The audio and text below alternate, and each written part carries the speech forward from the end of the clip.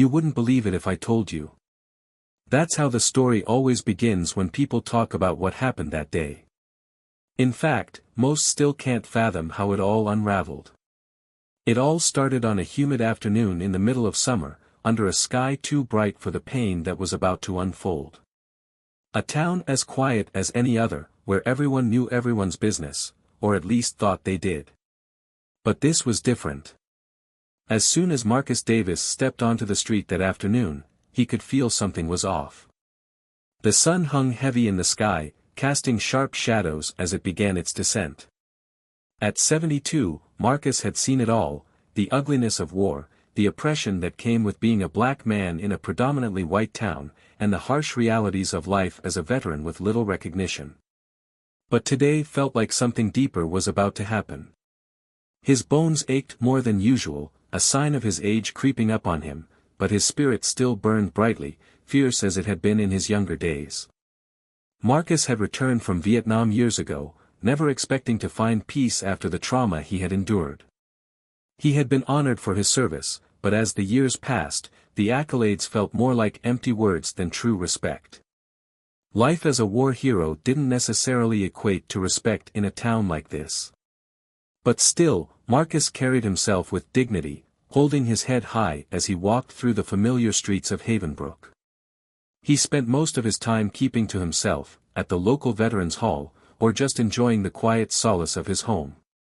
On this particular day, as Marcus walked past the old brick courthouse, something caught his eye.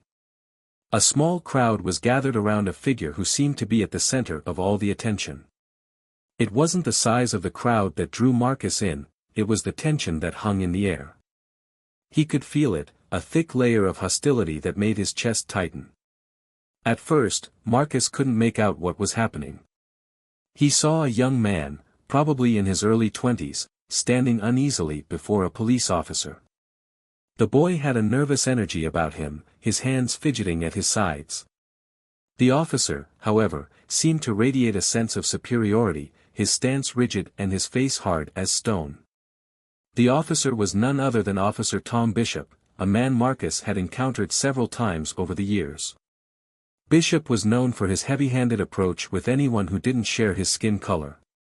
There had been whispers, rumors really, about his involvement in some unsavory situations, particularly when it came to young black men. But nothing had ever come of it. In Havenbrook, as in many small towns, the law often had a way of protecting its own.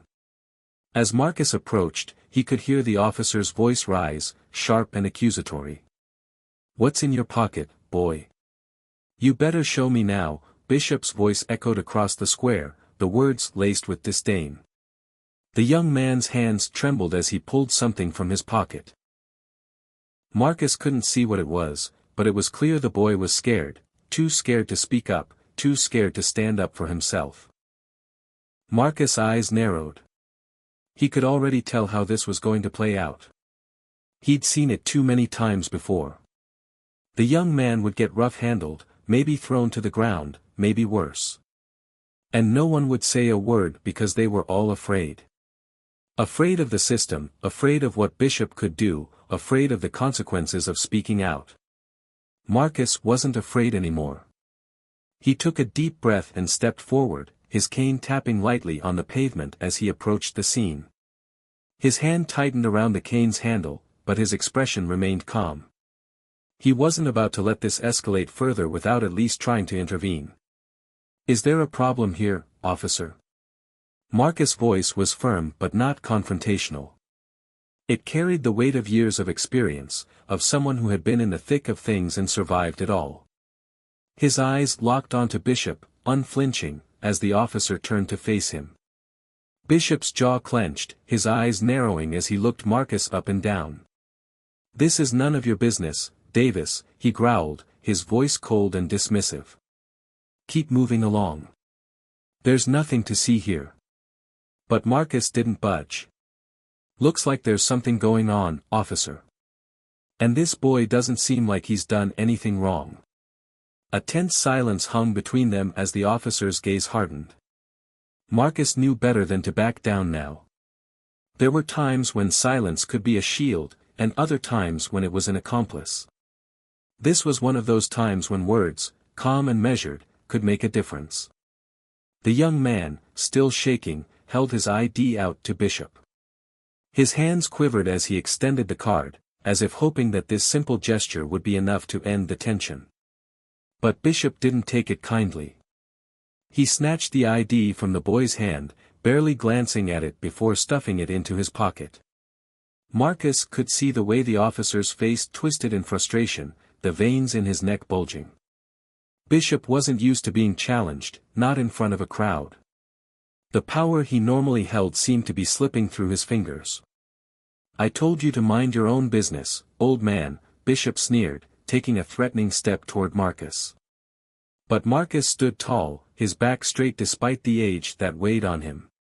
He had seen too many young men like this one get caught in the system. He wasn't about to let it happen today. "You're making a mistake, officer. You don't have to do this. Let the boy go." Marcus' voice was steady, unwavering. The crowd around them shifted, some of them looking at each other, unsure whether they should get involved or not. But the fear was palpable. No one wanted to be the next target of Officer Bishop's wrath. Bishop's face turned red, his fists clenching at his sides. "I said back off," he spat, his voice full of venom. Without warning, he shoved Marcus hard, sending him stumbling backward. The force of it made Marcus' legs give way for a brief moment, but he caught himself, steadying himself with his cane. A gasp rippled through the crowd. No one moved. No one said a word. They just watched, as Marcus, a respected veteran, was manhandled by a man who wore a badge. The officer stood there, glaring at Marcus with contempt, as if daring him to speak up again. And in that moment, Marcus knew that if he didn't stand firm, if he didn't do something now, this would only get worse.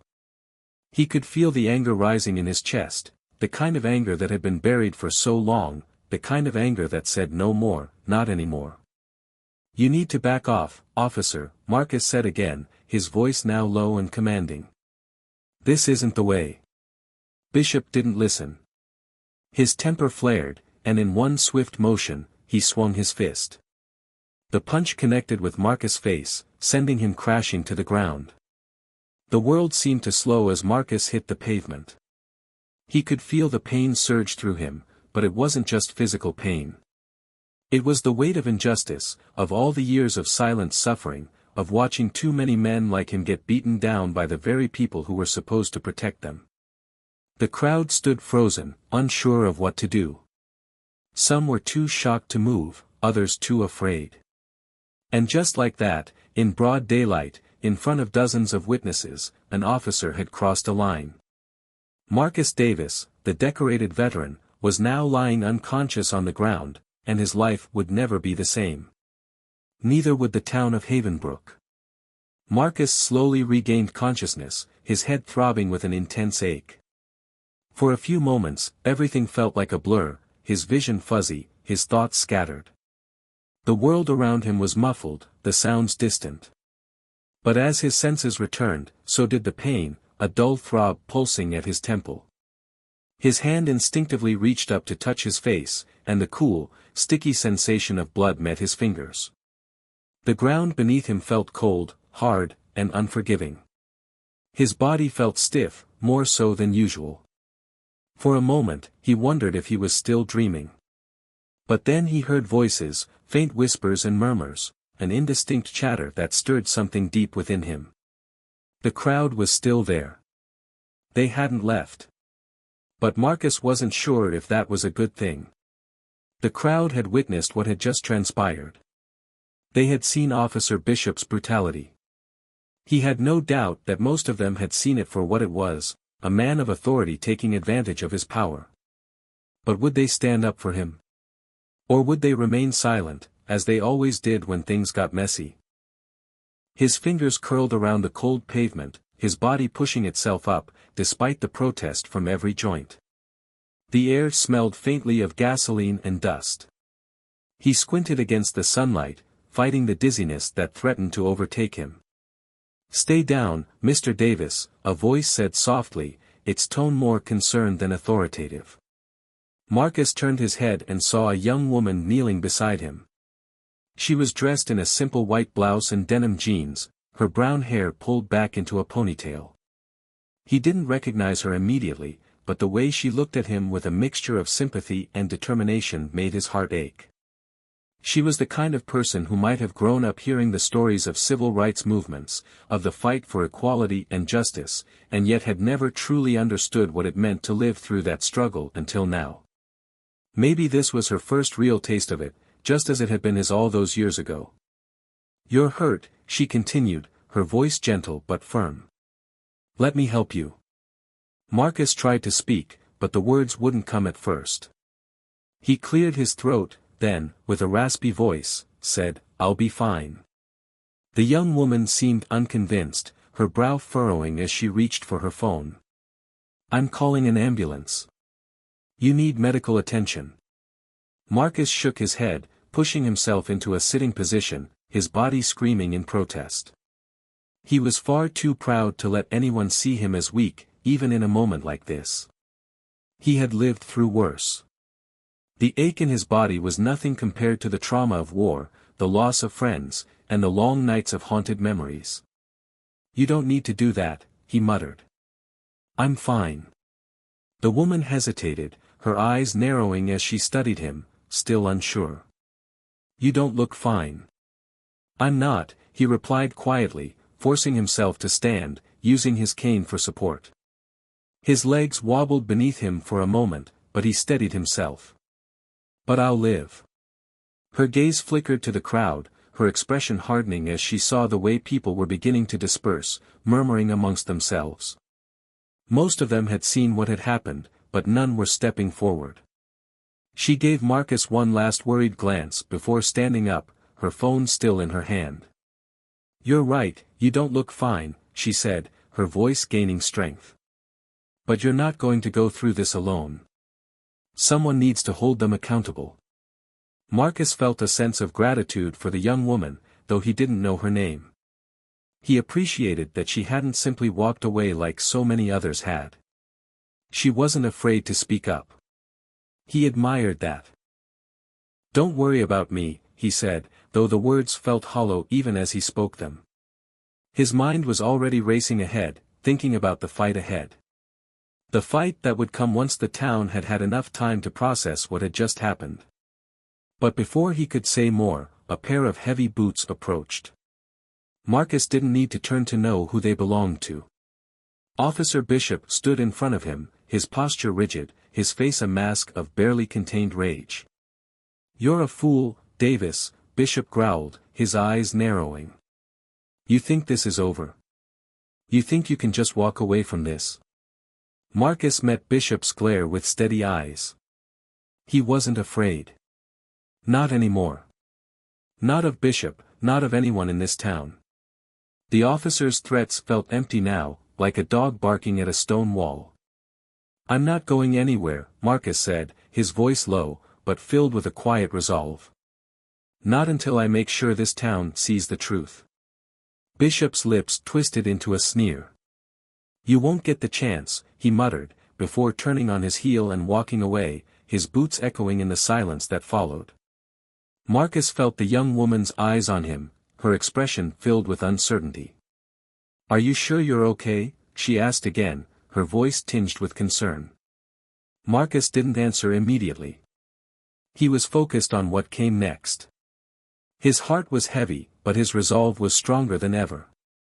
He had been through too much in his life to back down now. "Yeah," he replied, though it was a lie. "I'll be all right. But this isn't over. Not by a long shot." The woman nodded, but there was a fire in her eyes that matched his own. "You have people here who will stand with you." "I'll make sure of it." Marcus nodded, his grip tightening around his cane. "I'm counting on it." And just like that, Marcus Davis, the old war hero, felt something he hadn't felt in years: hope. The kind of hope that comes not from winning, but from the knowledge that a battle was only just beginning. The days following the incident were a blur of unease and determination.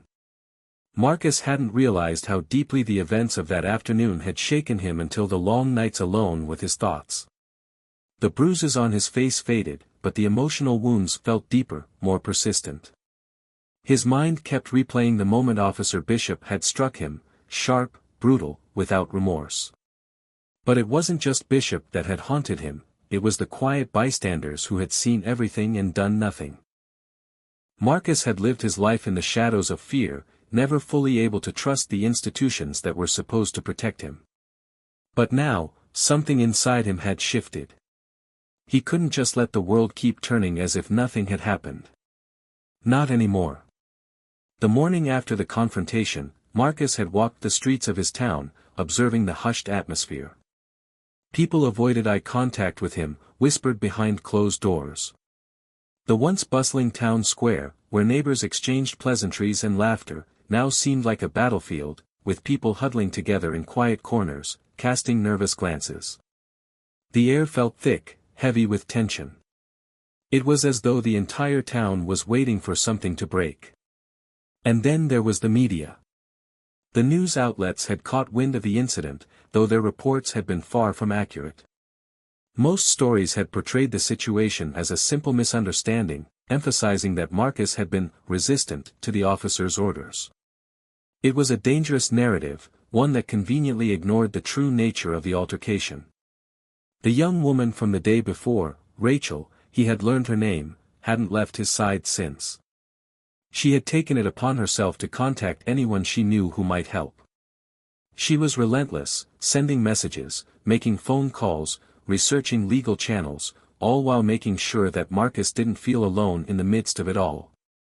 She was exactly the kind of person who would have fought for justice, even if she didn't know what she was getting into. He admired her for that. "You're not letting this go, are you?"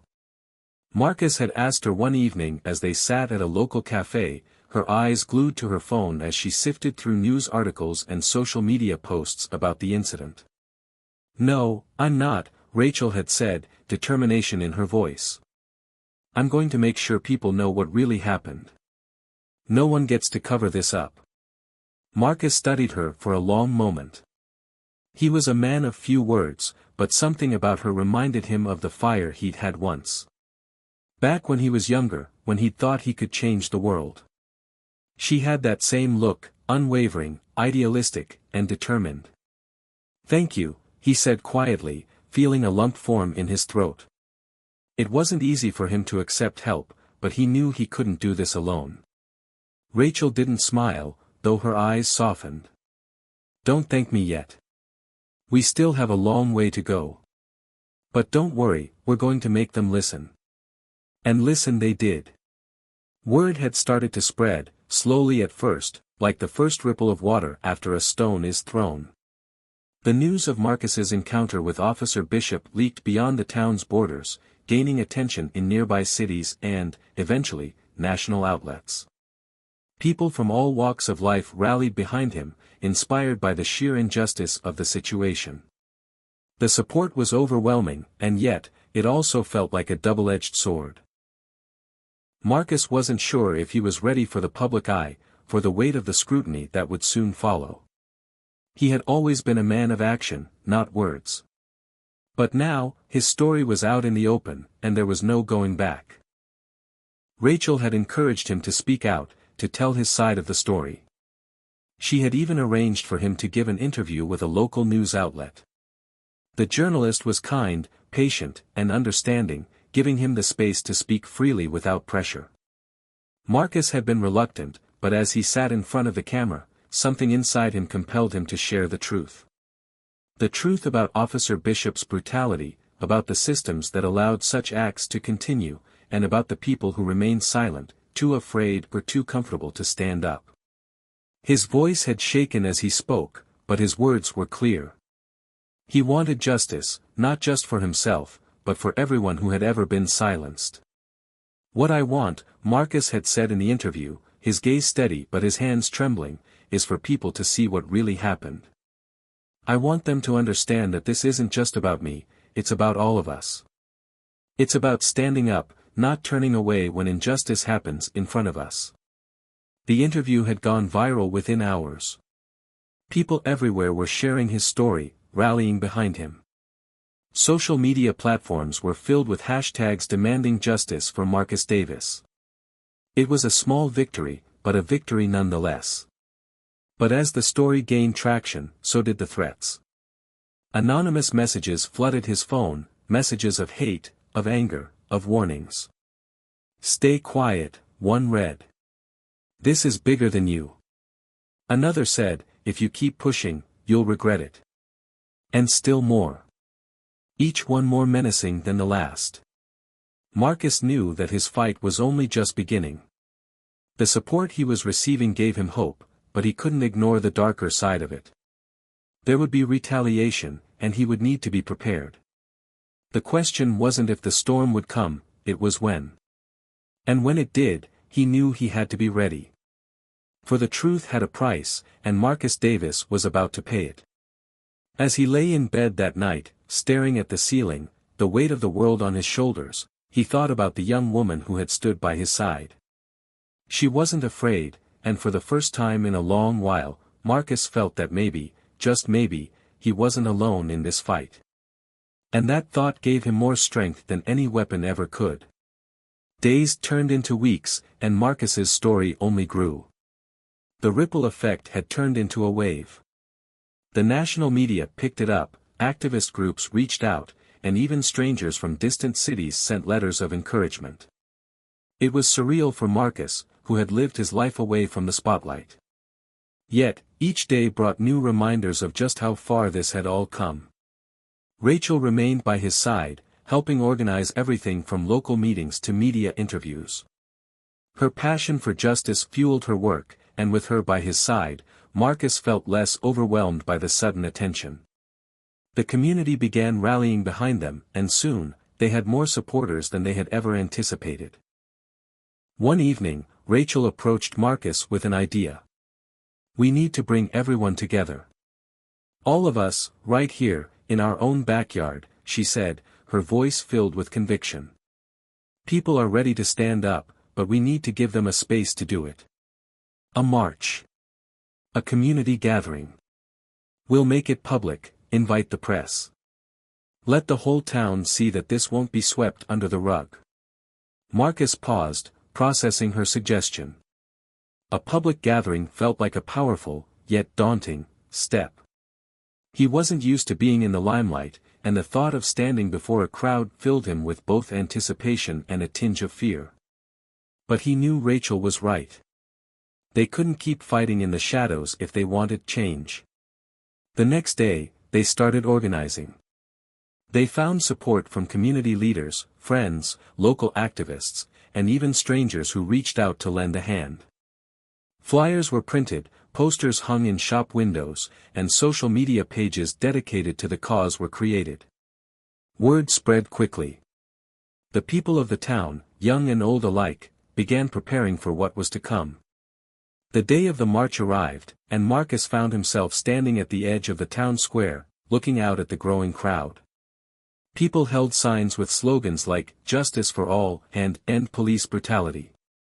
Others wore shirts with his face, a powerful image symbolizing the strength of their movement.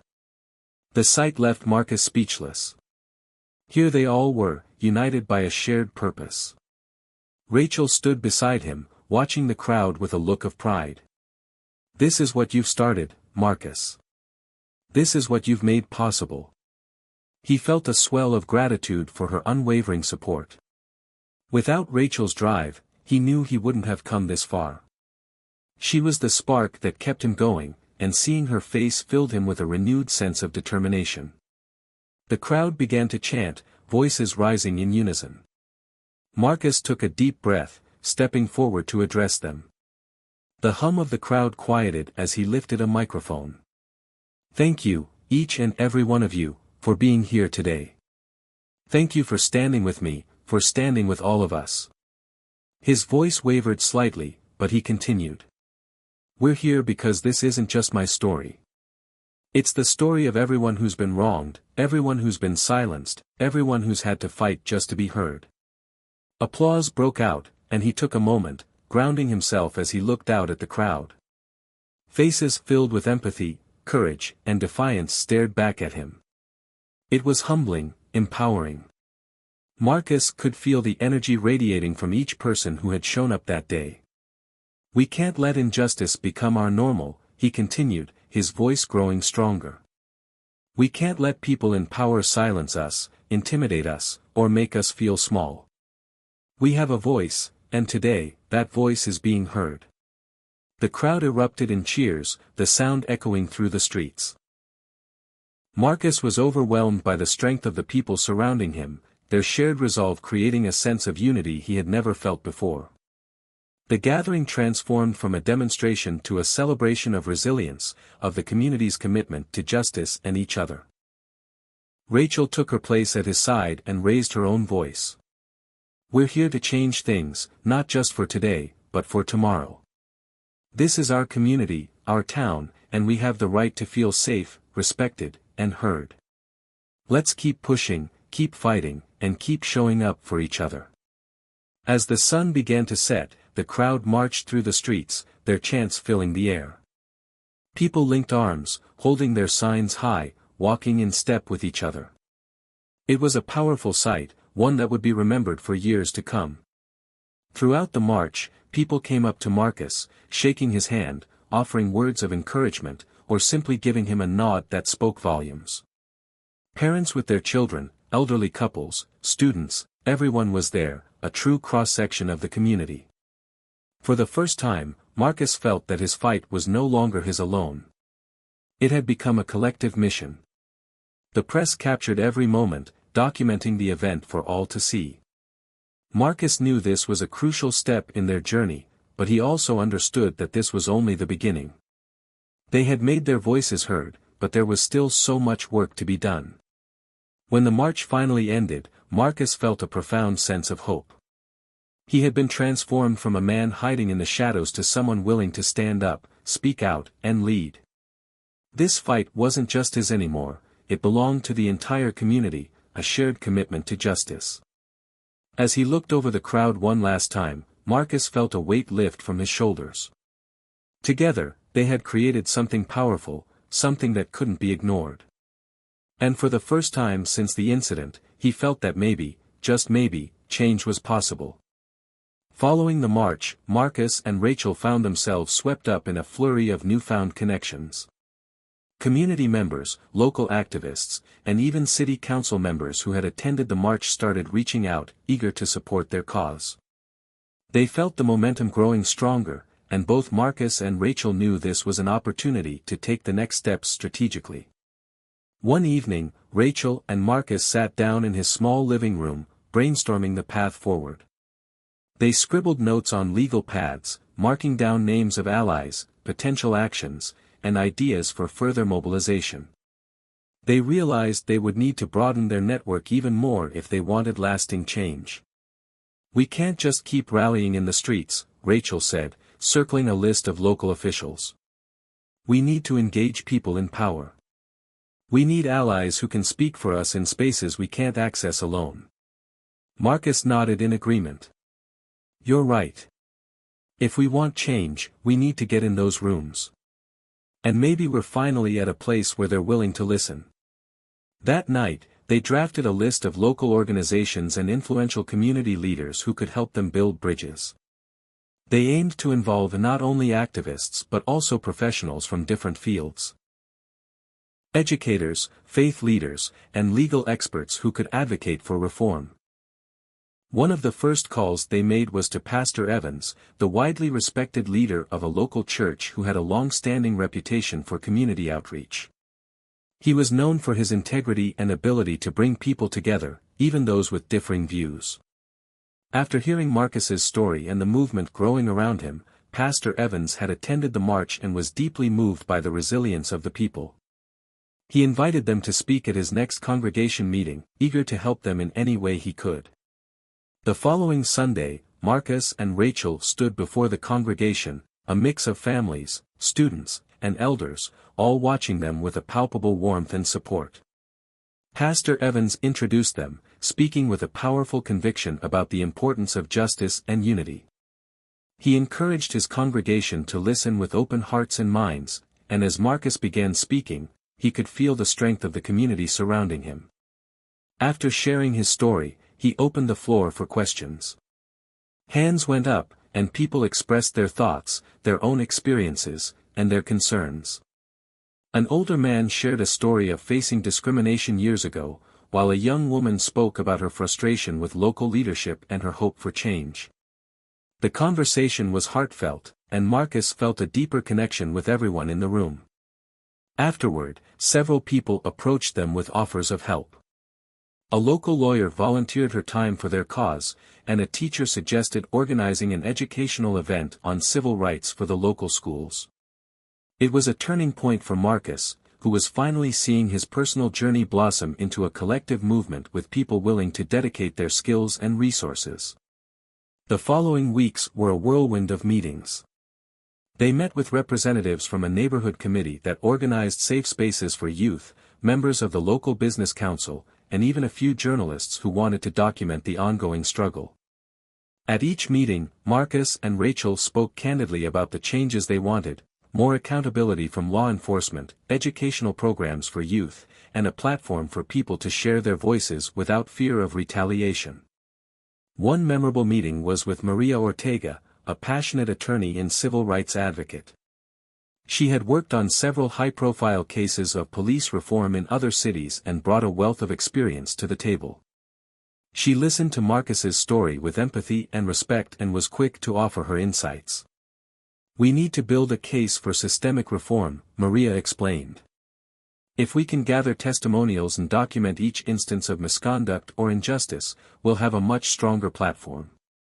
People often dismiss individual cases as isolated incidents, but a collection of voices is much harder to ignore." Rachel, who was taking notes, looked up with determination. "That's exactly what we need. Stories from the community, a platform where people feel safe to share them." Maria smiled. "We can organize a series of town halls or private sessions, depending on what people feel comfortable with. It's essential that people feel they're in a safe space when sharing these stories." As they discussed the logistics, Marcus felt a new sense of empowerment. This wasn't just his fight anymore, it was becoming a network of voices, a coalition that was larger than he had ever imagined. They hosted their first town hall the following month in a community center, and the turnout was overwhelming. People from all walks of life showed up, eager to listen and share. One by one, community members stood up, recounting stories of discrimination, mistreatment, and frustration. Some cried, others spoke with anger, but all of them expressed a deep yearning for a better, more just community. Marcus and Rachel listened to each story with heavy hearts, grateful for the courage of everyone who came forward.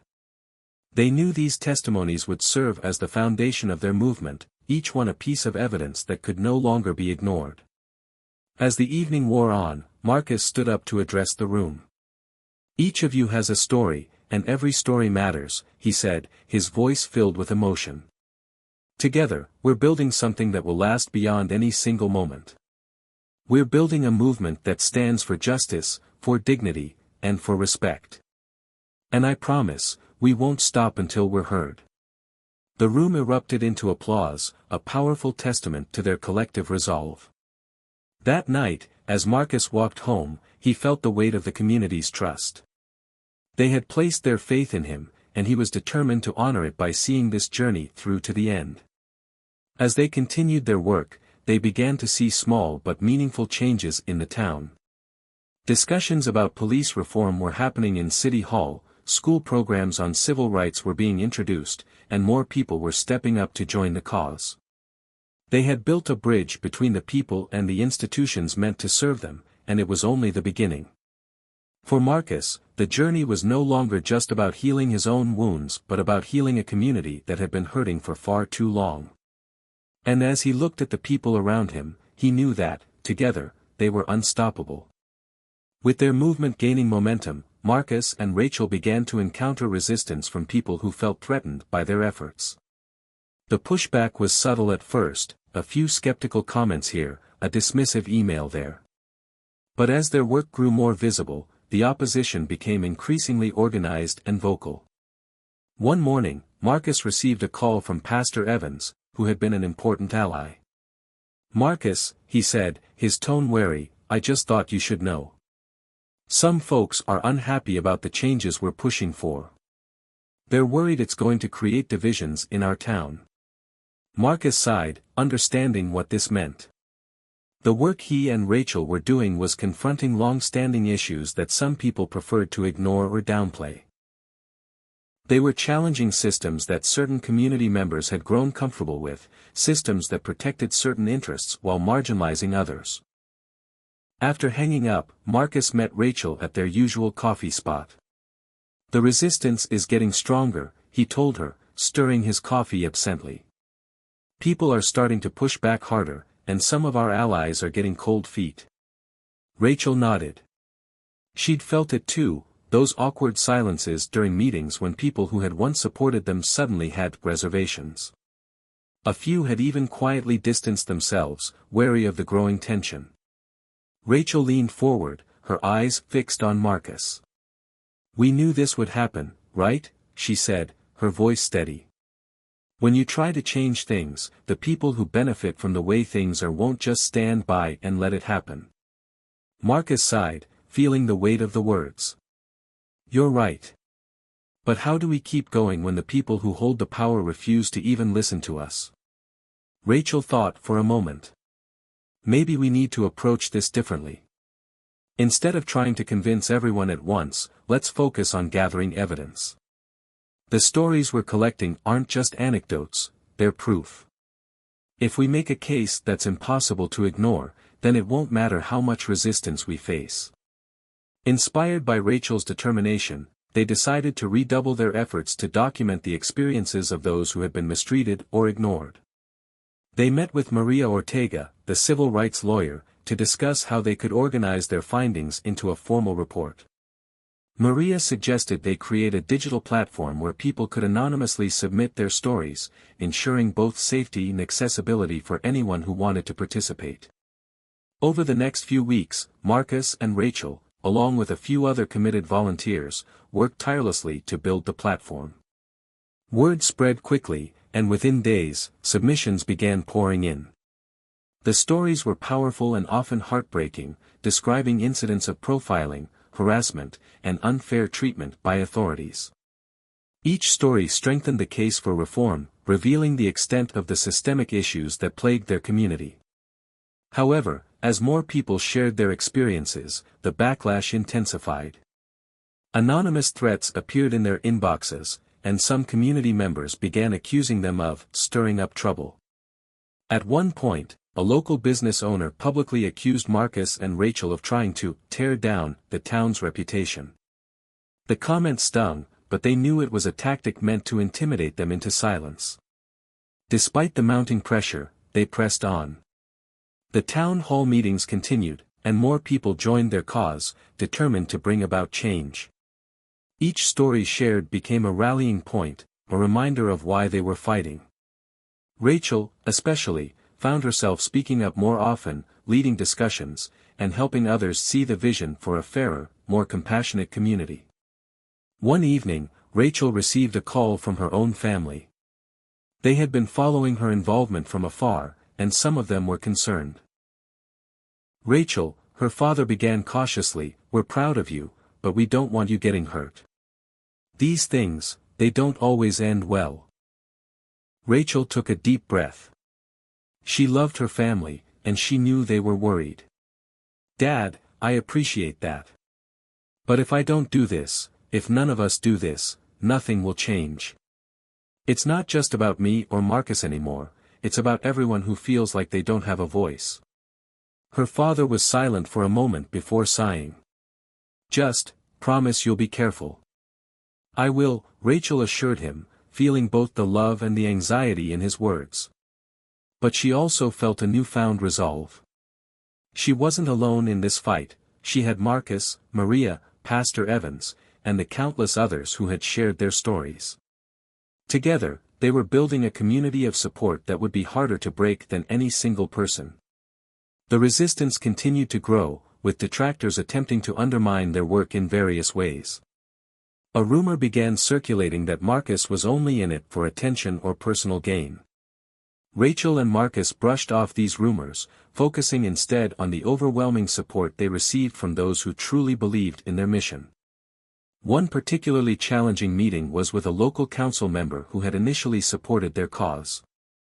Now, however, he was voicing concerns that the movement was divisive and could create unrest.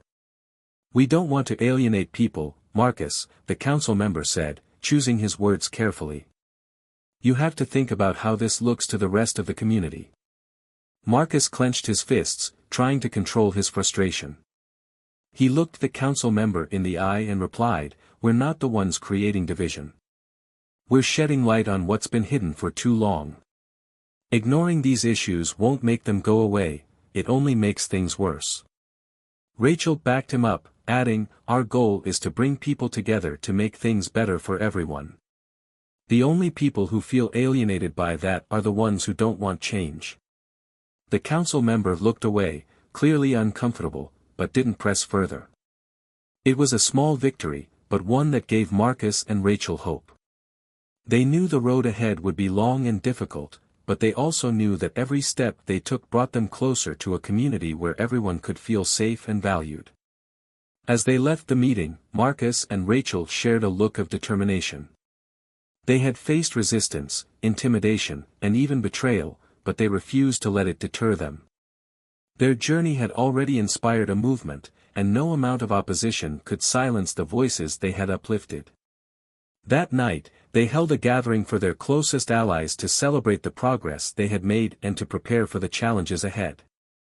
Surrounded by friends, mentors, and supporters, Marcus and Rachel felt a renewed sense of purpose. They weren't just building a case for reform, they were building a community that would stand together, no matter what came their way. As the evening drew to a close, Marcus looked around the room and realized that the resistance they faced was simply proof that their efforts were making an impact. Change was coming, and though the road ahead would be fraught with challenges, he was ready to face each one, confident in the strength of those by his side. The night of the rally was a turning point. Over the past months, Marcus and Rachel's movement had slowly gathered force, but tonight it felt as though the entire town was watching. A crowd of supporters, allies, and even curious bystanders gathered at the town's central park, braving a chilly evening to hear what they had to say. The atmosphere was electric, a mix of anticipation, excitement, and perhaps a touch of fear. As they stood on the small stage, looking out over the sea of faces, Marcus felt a surge of emotion. He knew that many of the people here had experienced the injustices he and Rachel were fighting against. He recognized families who had faced discrimination, young people who had felt silenced, and elders who had witnessed the town's changing dynamics over the years. Marcus took a deep breath and gripped the microphone, feeling the weight of what he was about to say. He began by acknowledging everyone who had shared their stories, giving voice to those who had been marginalized for too long. "Our community is made up of different voices, stories, and experiences," he said, his voice strong and clear. "But for too long, some voices have been silenced, some experiences ignored. Tonight, we're here to change that." A ripple of applause ran through the crowd, and Marcus felt a renewed sense of confidence. He continued, outlining the vision he and Rachel had been working toward, a community where everyone felt safe, valued, and heard. He spoke of the power of unity and how their movement wasn't about tearing down, but about building something better together. When he finished, he turned to Rachel, passing her the microphone. She looked out at the crowd, her eyes bright with determination. "We are here not just for ourselves, but for each other," she began, her voice steady but impassioned. "Our stories may be different, but our goal is the same, a fair, just, and inclusive community. No more being pushed aside. No more feeling like we don't belong." The crowd erupted in cheers, and Rachel took a moment to let the energy settle before she continued. "But change doesn't come easy," she added, her tone softening. "We've faced resistance, and we know there will be more challenges ahead. But I want each of you to remember this: you're not alone. We are all part of this fight, and together, we are unstoppable. As Rachel finished, Maria Ortega stepped onto the stage beside them. She had agreed to speak at the rally, hoping to provide insight on the legal steps they could take to push for reform. She spoke about the need for accountability and transparency, promising that, as a lawyer, she would be there to support their efforts and ensure that they stayed protected within the bounds of the law. Maria's words gave the movement a sense of legitimacy, grounding it in action rather than mere ideas.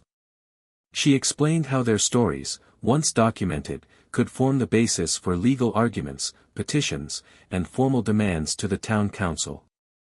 She urged the community to continue sharing their experiences, reminding them that their voices held power. The rally was not without its detractors, however. A small group stood off to the side, watching but not joining in. Marcus noticed a few familiar faces, some local business owners and a couple of council members who had openly criticized their movement. Their expressions were wary, skeptical, even hostile. But Marcus felt no anger toward them. He understood that change was frightening, especially for those who had grown comfortable with the status quo. As the rally continued, the momentum grew. People shared stories, passed around information on community resources, and pledged to support one another. Marcus and Rachel felt a surge of hope, sensing that their efforts were beginning to resonate beyond the confines of their initial circle. They realized that this was no longer just a movement for those who had been wronged, it was a movement for everyone who believed in a better future for their town. Near the end of the rally, Pastor Evans led a moment of silence to honor those who had suffered in silence for years. He then invited people to step forward if they wished to share their own stories or words of encouragement. One by one, people came to the microphone, young, old, locals, newcomers. They spoke of hardships, small victories, and hopes for the future. The final speaker was an older woman named Mrs. Caldwell, who had lived in the town her entire life. She had seen the town change over the decades, watching as different groups came and went, and as certain voices rose while others faded. She took the microphone, her hands trembling slightly, but her voice was steady. "I've seen this town go through a lot," she said, looking out at the crowd. "And I know it hasn't always been kind to everyone. But tonight, seeing all of you here, standing up for each other, it gives me hope. I don't know how much time I have left, but I want to see a day when we all stand together, no matter where we come from or what we look like." Her words struck a chord with everyone present, and for a moment, there was silence as her message sank in. Then, the crowd erupted in applause, and a few people even wiped away tears. Marcus and Rachel exchanged a look, knowing that this was the moment they had been working toward. Their movement was no longer just about them, it was about the entire community, coming together to build something better. As the rally wound down, people lingered, talking in small groups, exchanging contact information, and making plans for future meetings. The energy was infectious, a blend of optimism and determination that left everyone feeling inspired. Marcus and Rachel spent time speaking with attendees, answering questions, and thanking people for their support. Late into the night, after most people had left, Marcus and Rachel sat on the stage, exhausted but exhilarated. They watched as a few stragglers walked away, their voices carrying in the cool night air. It felt surreal, knowing that they had just taken a huge step towards something that had once seemed impossible. "We did it," Marcus said quietly, a hint of disbelief in his voice. Rachel nodded, smiling. "Yeah. But this is only the beginning." They knew there would be more battles to fight, more opposition to face, and perhaps even setbacks along the way. But for the first time, they felt that they weren't alone in their struggle. They had a community behind them, a force of people who believed in their vision and were ready to stand with them, no matter what. As they left the park that night, Marcus and Rachel felt a renewed sense of purpose. The rally had marked a turning point, not just for their movement, but for the town as a whole. They had awakened something powerful, something that could not be easily silenced. And they were ready to see it through to the end. The rally had a tremendous impact on the town. It brought many people together and sparked hope, but it also stirred up resistance. In the days following the event, Marcus and Rachel quickly realized that not everyone was thrilled about the changes they were advocating for.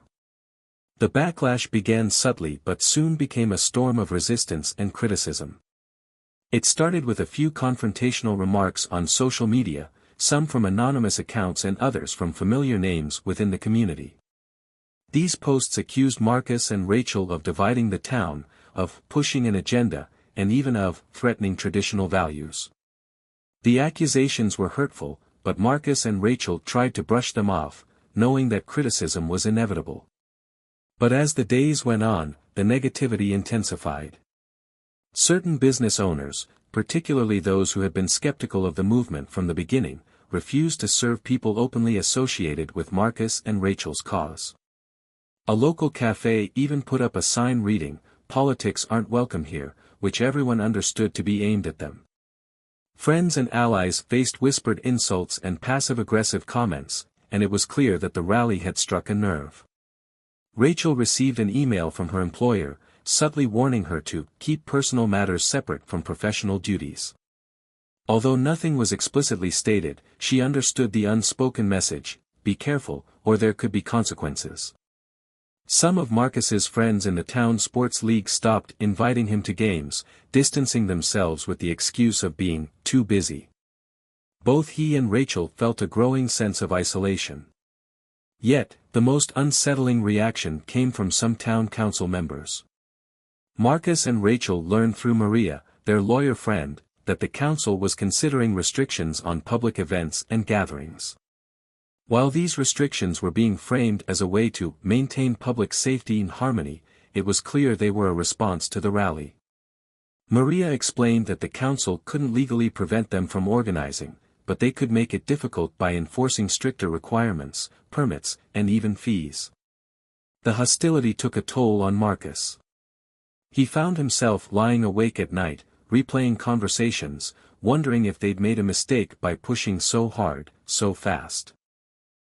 He started questioning whether the movement was worth the division it seemed to be causing. His family, who had mostly been supportive, began expressing concern too. His father gently warned him, "Son, change is good, but sometimes people aren't ready for it. Just be careful." Rachel felt it too. Her parents, immigrants who had quietly accepted the town's dynamics for years, warned her to think about her future.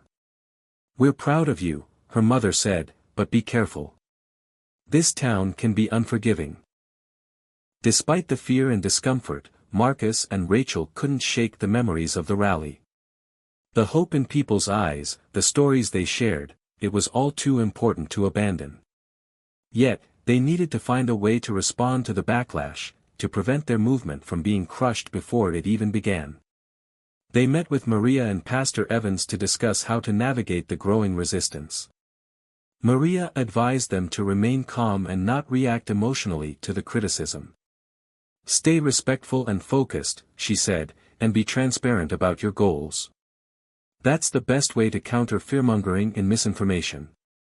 Pastor Evans, who had experienced his share of criticism over the years, encouraged them to be patient.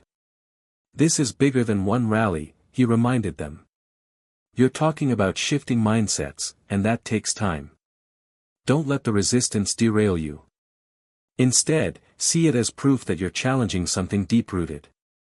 They decided that rather than retaliating, they would focus on positive outreach.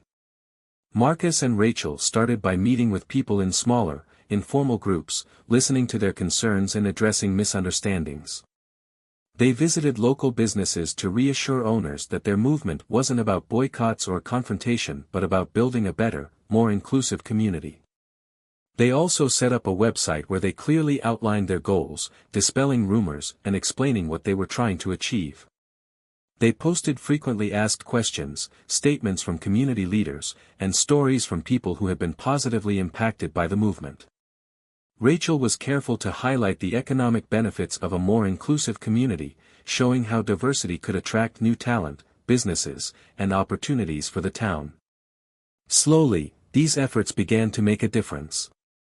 Some people who had initially been wary or opposed to the movement began to come around, seeing that Marcus and Rachel were not out to destroy their way of life but to enrich it. However, there remained a core group that continued to resist them stubbornly. They held firm to the belief that Marcus and Rachel were outsiders with ideas that didn't belong in their town. Despite the opposition, small victories started to emerge. A few local businesses displayed signs supporting inclusivity, and some teachers at the local schools invited Marcus and Rachel to speak about their goals. These moments provided encouragement, reminding them that they were making progress, even if it was slow and hard-won. One day, Rachel received an unexpected message from Mrs. Caldwell, the elderly woman who had spoken at the rally. She invited Marcus and Rachel to her home for tea, saying she had something important to discuss. Curious and hopeful, they accepted her invitation. Over tea in her cozy living room, Mrs. Caldwell explained that she had been deeply moved by the rally and the courage Marcus and Rachel had shown. "I've lived in this town my whole life," she said, her voice filled with a quiet strength, "and I've seen a lot of changes. Some good, some hard. But I think what you're doing is the right thing. And I want to help." Mrs. Caldwell offered them access to her extensive network of friends and connections within the town, some of whom held significant influence. "There are people here who may not be vocal, but they do care," she told them. "Sometimes, they just need a little nudge." Grateful for her support, Marcus and Rachel left her home feeling more determined than ever. They realized that even though they were facing a storm of resistance, there were also allies in unexpected places, people who believed in their vision, even if they hadn't spoken up yet. In the following weeks, Mrs. Caldwell connected them with a network of individuals who, like her, supported the movement quietly but firmly. With their help, Marcus and Rachel gained a stronger foundation, one that helped them weather the ongoing criticism and negativity. The backlash didn't disappear, but the voices of opposition no longer felt as overpowering. Marcus and Rachel had found a balance, a way to respond without giving in or losing focus. And while they knew the road ahead would still be challenging, they had regained their resolve. The backlash had shown them the importance of resilience and had forced them to strengthen their foundation. They were no longer simply reacting, they were building, one small connection at a time, and they were ready to face whatever came next. With the initial backlash subsiding somewhat, Marcus and Rachel began focusing on broadening their movement's reach. Their goal was to create a foundation strong enough to withstand the inevitable challenges they knew lay ahead. They realized that to make lasting change, they needed more allies from different parts of the community. It couldn't just be about their own voices, it had to be a united front, with a diversity of voices speaking together for change. The first step was reaching out to local faith groups. Pastor Evans helped them arrange a meeting with several leaders from various congregations. Rachel and Marcus were nervous, they knew that some of these leaders were likely cautious about associating with their movement. They weren't wrong. A few expressed concerns, hesitant about what they saw as rocking the boat in the town's traditional values. But as Rachel shared stories from the rally and Marcus spoke about his hopes for the town, the tone in the room began to shift. Pastor Evans and others spoke up in support, helping those who were unsure see that this was not about undermining tradition but about making space for everyone. Some leaders still held back, preferring to observe rather than participate directly. But others, moved by Rachel and Marcus's sincerity, agreed to support the movement. They agreed to promote inclusivity through open discussions within their congregations, encouraging conversations that had often been quietly avoided. With this breakthrough, Marcus and Rachel felt a new momentum. They reached out to other key groups within the town, business owners, educators, and local clubs, inviting them to participate in a community dialogue about inclusivity and growth. The idea was simple: create a series of roundtables where people could voice their perspectives openly, whether in support or opposition to the movement's ideas. Marcus hoped that this open dialogue would build understanding and trust. The roundtables were a mix of challenges and victories.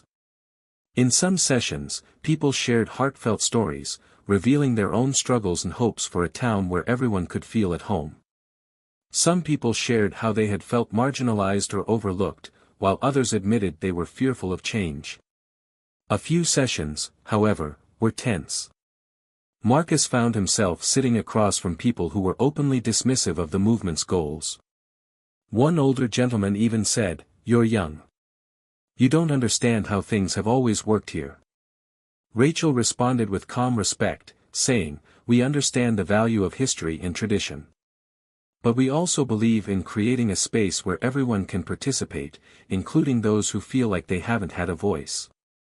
Some left these sessions unchanged, still wary of the movement.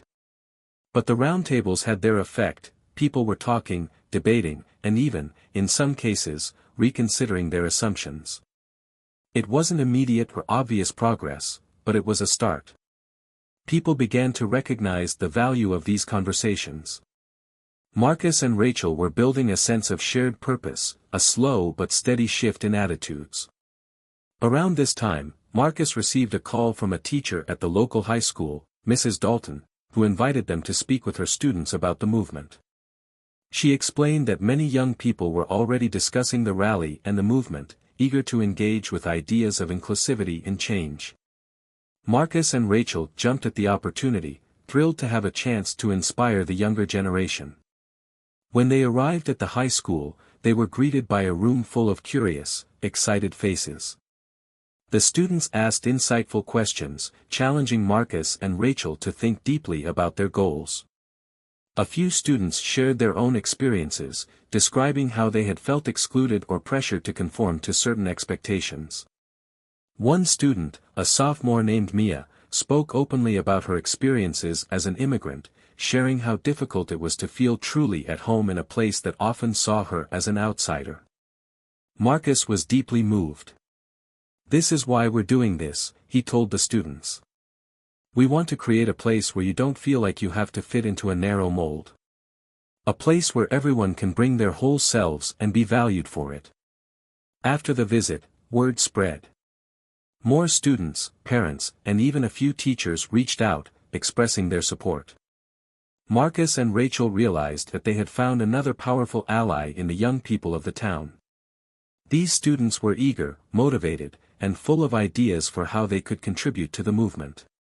Rachel suggested they start a youth committee, where students could organize events and discussions of their own.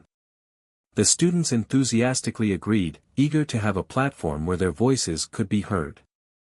The youth committee became a driving force, bringing fresh energy and creativity to the movement. They organized their own mini-rally at the school, complete with speeches, music, and art displays focused on themes of inclusivity and belonging. This event, led by the town's young people, drew a large crowd, including many parents and teachers who might not have otherwise attended an event associated with the movement. Watching the students lead with such passion, Marcus and Rachel felt a deep sense of fulfillment. They knew they were helping to build something that would last, something that could be sustained by the next generation. The youth committee became a beacon, inspiring more people in the town to participate and showing that this movement was about creating a future everyone could share in. Not all reactions were positive. Some parents were uncomfortable with their children's involvement, worried that it would create tensions at school. A few parents even pulled their children from the youth committee, fearing it would corrupt their values. But the youth committee pressed on, growing stronger and more resilient in the face of resistance. By this point, Marcus and Rachel's movement had evolved into something larger than either of them could have anticipated. They no longer felt like they were carrying the burden alone. With faith leaders, business owners, educators, and now students behind them, the movement had become a tapestry of different voices and perspectives, all working toward the same goal. Marcus and Rachel realized that this was how real change happened, not through a single speech or rally, but through a slow, steady accumulation of efforts from many people working together. They were proud, but they were also humbled by how much support had come from others, from people who believed in the vision as deeply as they did. As the town's annual community fair approached, Marcus and Rachel saw an opportunity to bring their movement to an even wider audience. They decided to host a booth at the fair, featuring photos, stories, and art from the youth committee. They invited all the people they had worked with to participate and contribute to the display. It was a chance to show the entire town what their movement stood for and to celebrate the progress they had made. Standing together at the booth on the day of the fair, Marcus and Rachel looked out at the crowd, filled with familiar and new faces alike.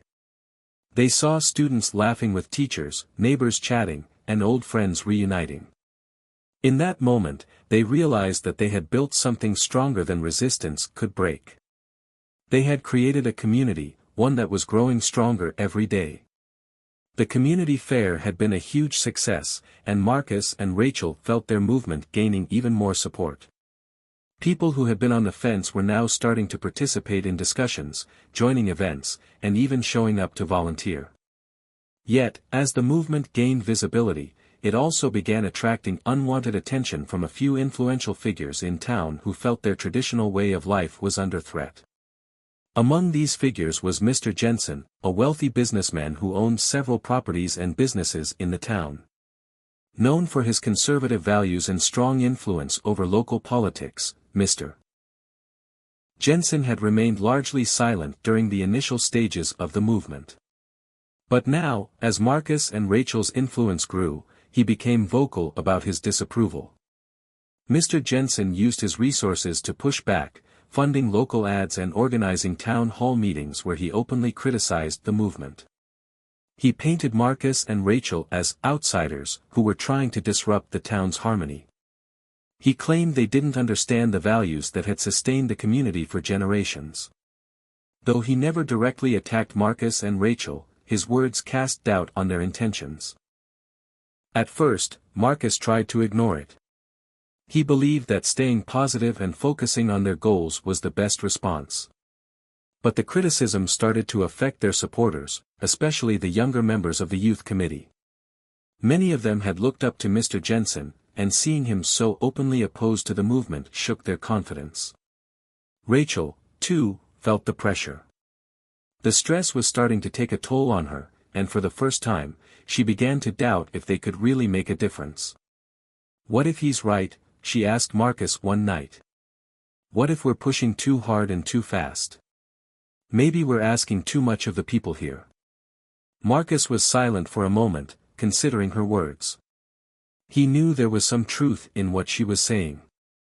They had come into the movement with energy and passion, but he wondered if they had underestimated how deeply some people's values and beliefs were rooted.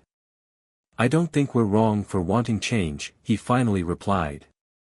"But maybe we need to find a way to show them that this change can be something positive for everyone." To do that, Marcus and Rachel decided to shift their strategy. Instead of organizing large public events, which had attracted Mr. Jensen's criticism, they turned their focus inward. They began meeting with smaller groups in private, focusing on listening rather than speaking. They went door to door, having one-on-one conversations with people in the community, including those who had expressed doubts about the movement. These conversations were eye-opening. They met people who shared their concerns about inclusivity and representation but were hesitant to speak out publicly because they feared backlash.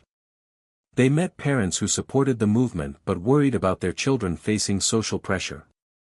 And they met business owners who were sympathetic but feared that openly supporting the movement might hurt their bottom line if customers decided to boycott their establishments.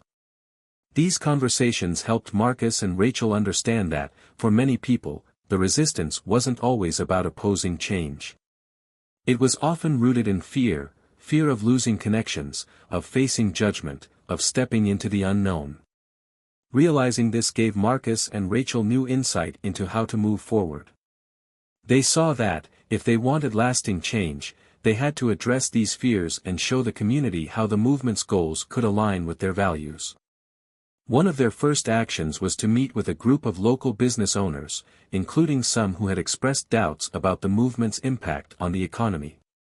Marcus proposed a new initiative, Unity in Business, program that would encourage local businesses to promote inclusivity by offering discounts, hosting inclusive events, and visibly supporting diverse community initiatives. This way, the movement would not only advocate for social change but also contribute positively to the town's economy. To their surprise, several business owners agreed to participate. They were cautiously optimistic, attracted by the idea of combining inclusivity with economic growth. Even Mr. Jensen couldn't argue with that. He might oppose their social message, but he couldn't argue against an initiative that could help local businesses thrive. Rachel and Marcus also found ways to integrate their goals into town traditions. The annual Harvest Festival was approaching, a beloved event that celebrated the town's farming heritage. Rather than organizing a separate rally or campaign, they proposed adding a celebration of community segment to the festival.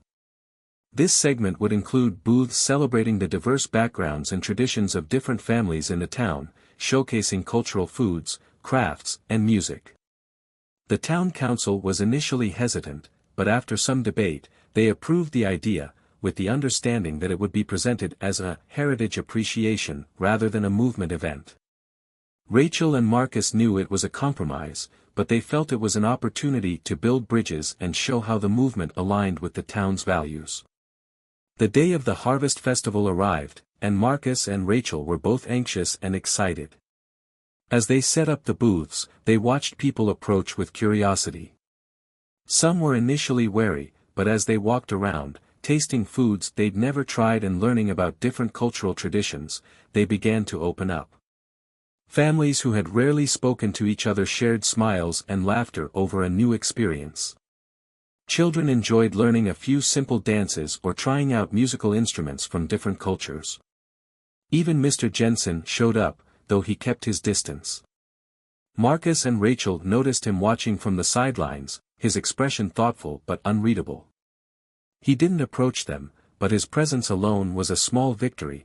They had managed to bring the community together in a way that even he could not ignore. By the end of the day, many people were stopping by to thank Marcus and Rachel for organizing the event. Some even expressed interest in becoming more involved, inspired by the spirit of unity and curiosity the festival had ignited. Marcus and Rachel left the festival with renewed hope and energy, knowing they had taken an important step forward. However, the struggle was far from over. Not everyone in the town was convinced, and Marcus and Rachel knew that Mr. Jensen would continue to push back in ways they might not be able to predict. Yet they also felt a new strength in their approach. By addressing the community's fears and showing them how inclusivity could coexist with tradition, they were slowly chipping away at the walls of resistance. As they walked home that evening, tired but happy, Rachel turned to Marcus. "Today felt different," she said. "Like we're finally showing them that this movement isn't about us. It's about everyone." Marcus nodded, feeling the weight of the journey ahead but also a quiet confidence that he hadn't felt before. "We've still got a long way to go," he replied.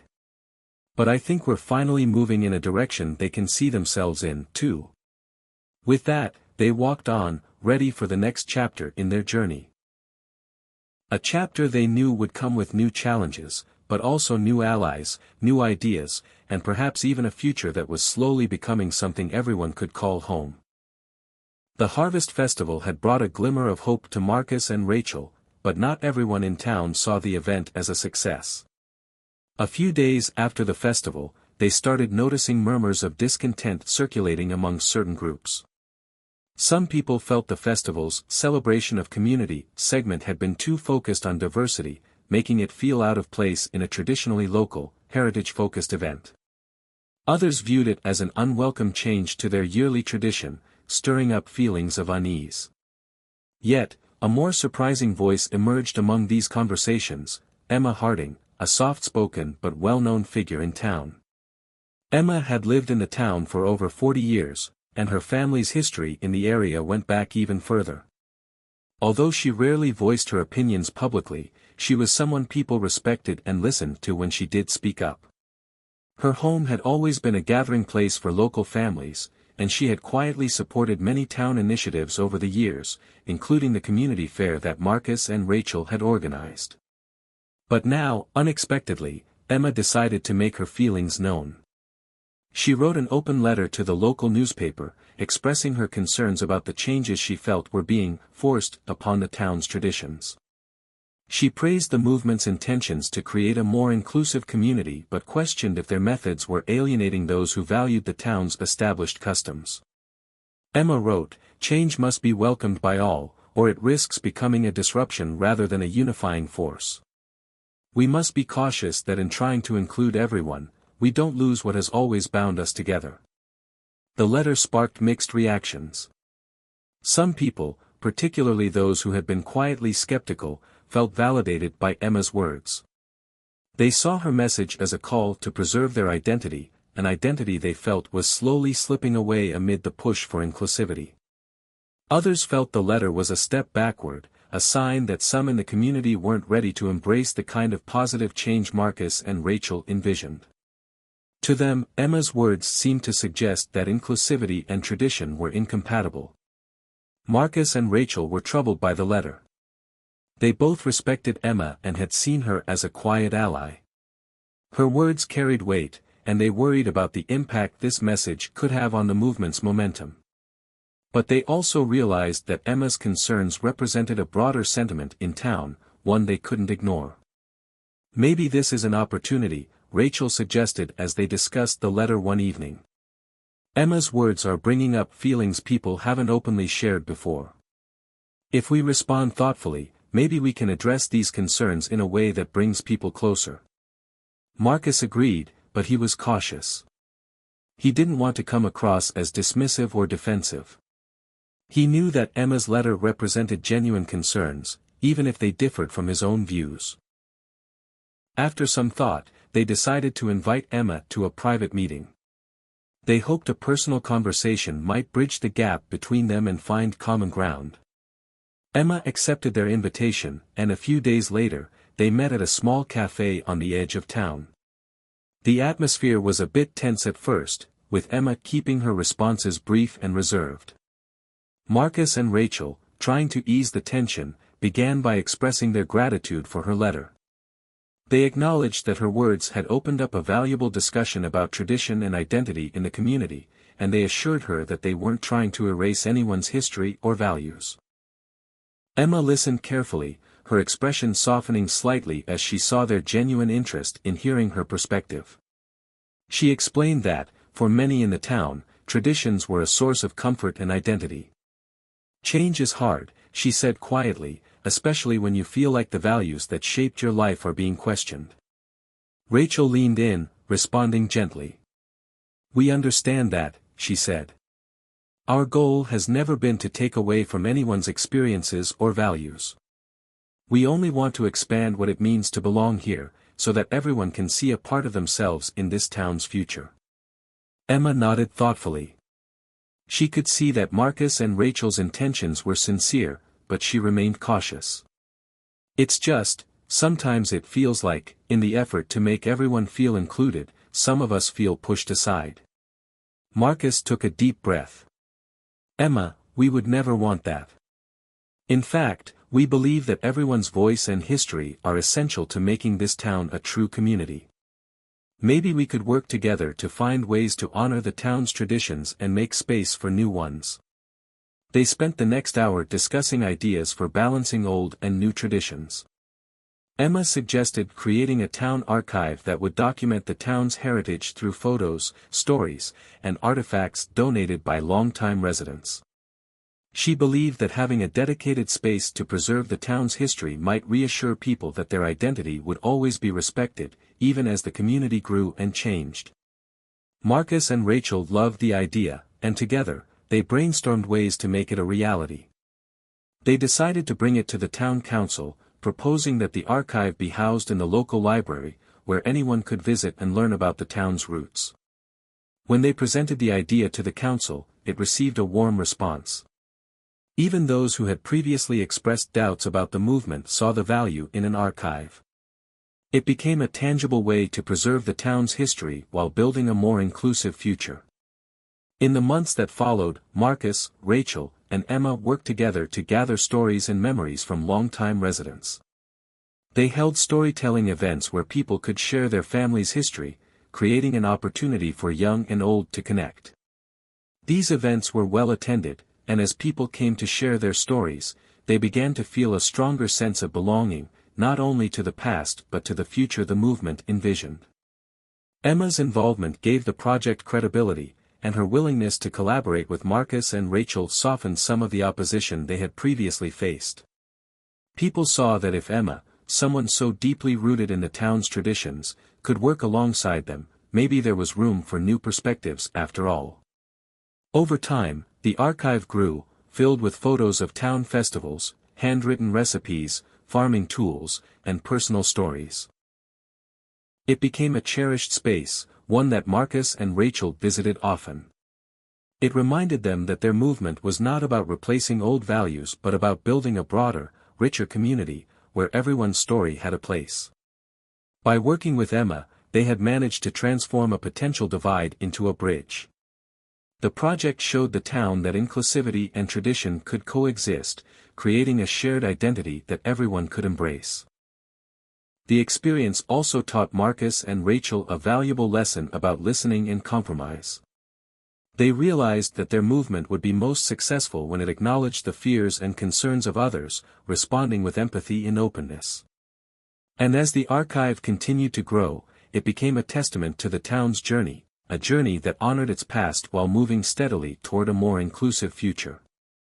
Emma, once a quiet figure in the background, became a strong voice for the movement, advocating for understanding and unity. Her initial hesitation had turned into a newfound belief in the possibilities that Marcus and Rachel had worked so hard to create. And for Marcus and Rachel, the archive was more than a collection of memories, it was a symbol of the community they were building, one rooted in respect, resilience, and a shared vision of belonging for all. As the community archive project took shape, Marcus and Rachel noticed a subtle but growing shift in the town. People who had initially been indifferent or even skeptical of the inclusivity movement started to come forward, expressing curiosity about what was happening. They saw the archive, the storytelling events, and Emma Harding's newfound involvement as a sign that the movement was more than just an abstract idea. It was creating something tangible and meaningful in their town. One of the people who noticed was Samuel Pierce, a retired high school teacher and former town council member. He was a bit of a local historian himself, having spent years researching and documenting the town's development, from its early days as a farming community to its present mix of small businesses, schools, and civic spaces. Samuel had lived in the town all his life and, though he had been initially skeptical about the movement, he felt a deep appreciation for the effort Marcus and Rachel were making to include everyone. Samuel reached out to Marcus one day and suggested meeting at the town's oldest coffee shop, a cozy spot filled with worn, comfortable chairs and shelves of books left behind by patrons over the years.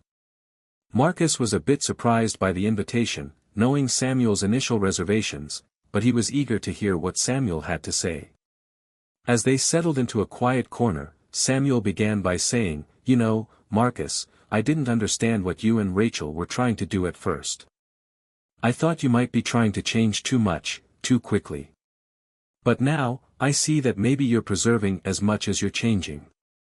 Marcus appreciated the honesty and took the opportunity to share how much the archive project had meant to him and Rachel. He explained that it was never just about bringing in new ideas but about creating a shared space where every person's story felt acknowledged and valued. Samuel nodded thoughtfully. "I think you're onto something," he replied. "The archive, it's like an anchor. It grounds us in our past, but it also makes room for what's to come. And it's not something people can ignore or argue about because it's rooted in who we are." Their conversation continued for hours, with Samuel recounting some of his favorite memories from his days as a teacher. He shared stories of past students, town events, and the challenges the community had faced over the years. Marcus realized that Samuel's memories were exactly the kind of stories the archive needed, stories that would capture not just the history of the town but its spirit. Eventually, Samuel surprised Marcus by offering to help with the archive project. He volunteered to curate a section specifically dedicated to the town's educational history, which he believed would resonate with many residents who had grown up in the area. He wanted to showcase how the town's schools had evolved, highlighting the accomplishments of former students and teachers and preserving memories of events and traditions that had shaped generations. Marcus was thrilled by the offer and wasted no time introducing Samuel to Rachel, who welcomed him warmly. The three of them began working together, and Samuel quickly became a core member of the team. His involvement brought a level of credibility and experience that Marcus and Rachel knew would be invaluable. More importantly, Samuel's passion for the town's history became a bridge between the movement and those who still felt unsure about it. Word spread quickly about Samuel's involvement, sparking renewed interest in the archive project. Families who had once been hesitant now saw a familiar face leading the charge, and they started coming forward with their own stories, photos, and artifacts. Some of the town's older residents brought in handwritten letters, postcards, and other personal mementos that provided a glimpse into the town's past. With Samuel's expertise, the archive grew rapidly. They divided it into sections, each focused on a different aspect of the town's life: education, local businesses, agriculture, and community events. They included interviews with longtime residents and worked to document the stories of recent arrivals as well, ensuring that every voice was represented. The project had an unexpected side effect: it brought people from all corners of the community together.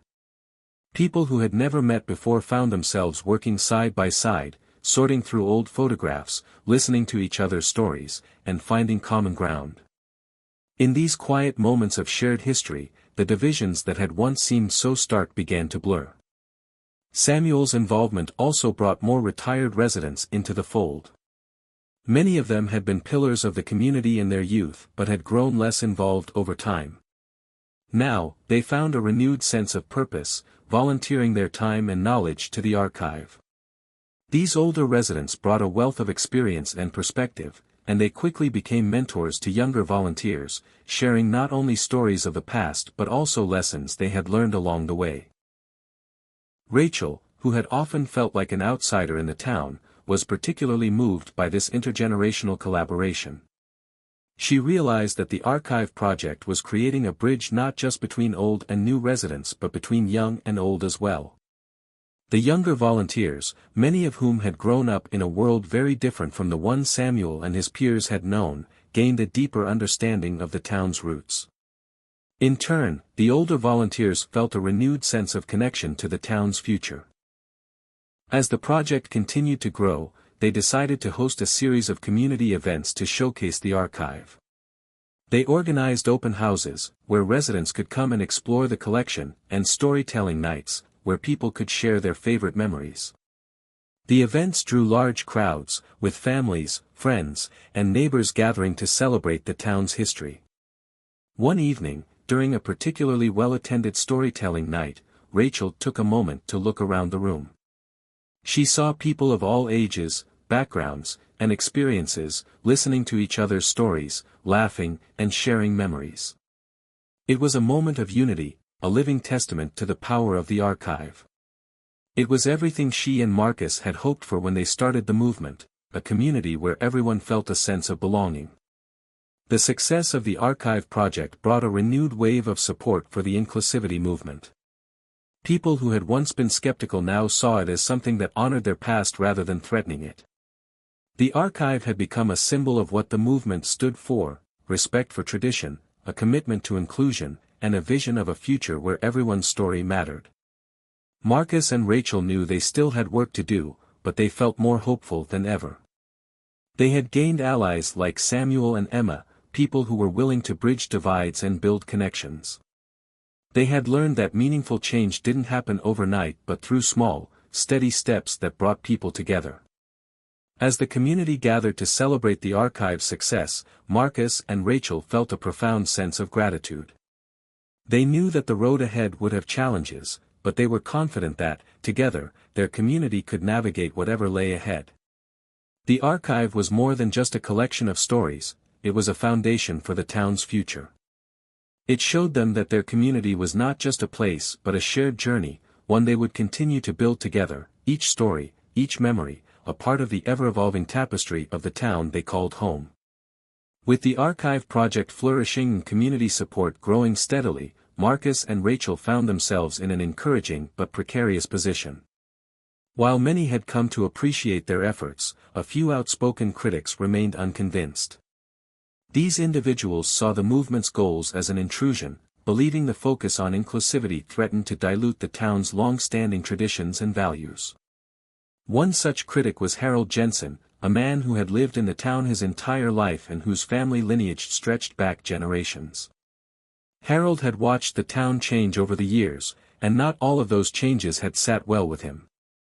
To him, the inclusivity movement felt like another attempt to disrupt the natural order of things. One morning, Harold decided to voice his concerns publicly. He penned a letter to the editor of the local paper, detailing his reservations about the movement and the archive project in particular. In his letter, he wrote about his concerns that the town was losing its identity, and argued that the inclusivity movement was pushing people to rewrite the town's history, in a way that erased the contributions of those who had lived there for generations. Why should we have to change who we are? Harold's letter asked. This is our town, our history, our community. We should be proud of who we are, and we should protect what makes us unique. The letter appeared in the paper that week, and it quickly became a topic of conversation throughout the town. Reactions were mixed.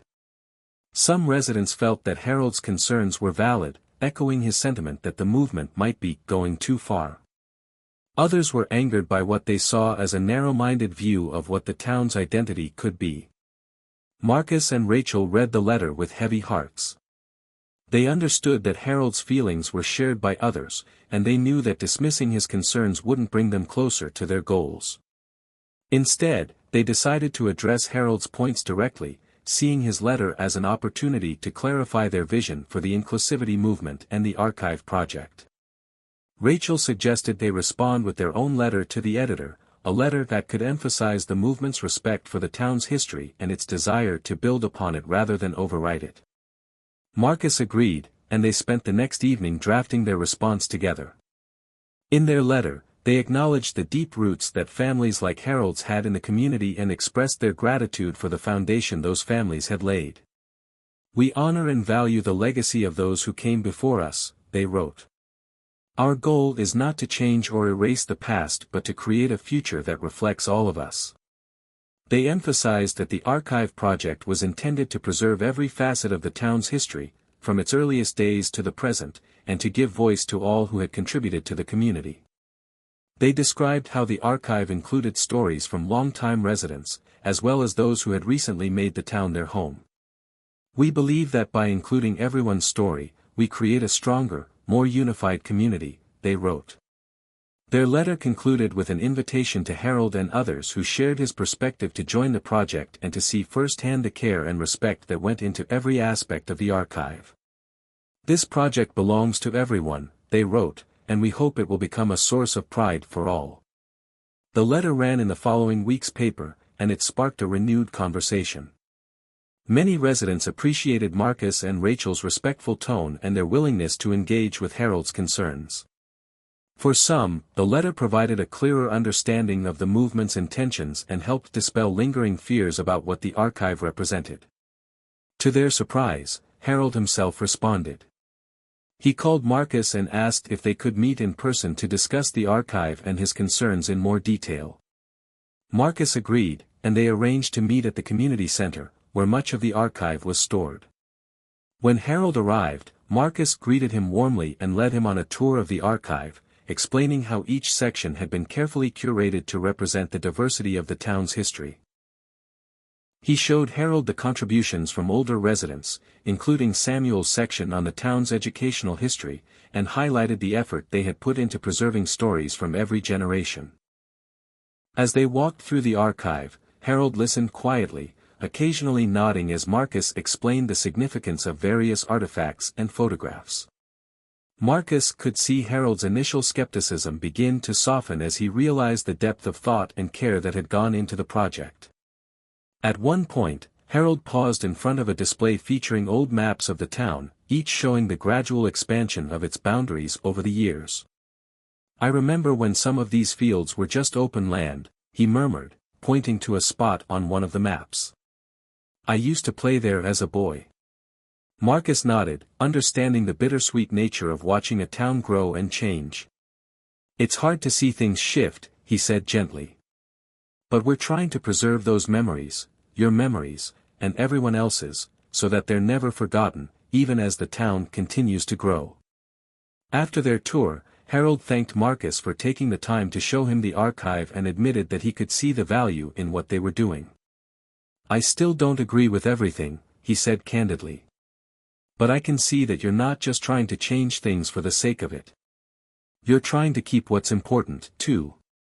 Marcus appreciated Harold's honesty and thanked him for being open to seeing things from a different perspective. He offered Harold the opportunity to contribute his own stories to the archive, suggesting that his memories of the town's early days could add a valuable layer to the collection. To Marcus's surprise, Harold agreed. Over the following weeks, he visited the archive several times, bringing old photographs, letters, and a few personal mementos from his family's history in the town. He shared stories of his childhood, his family's role in the town's development, and his memories of how the community had grown and evolved over the years. Harold's contributions became a cherished part of the archive, and his involvement sent a powerful message to others who had been hesitant about the project. Seeing Harold participate helped some of the town's older residents feel more comfortable coming forward with their own stories, and it encouraged a deeper level of community engagement.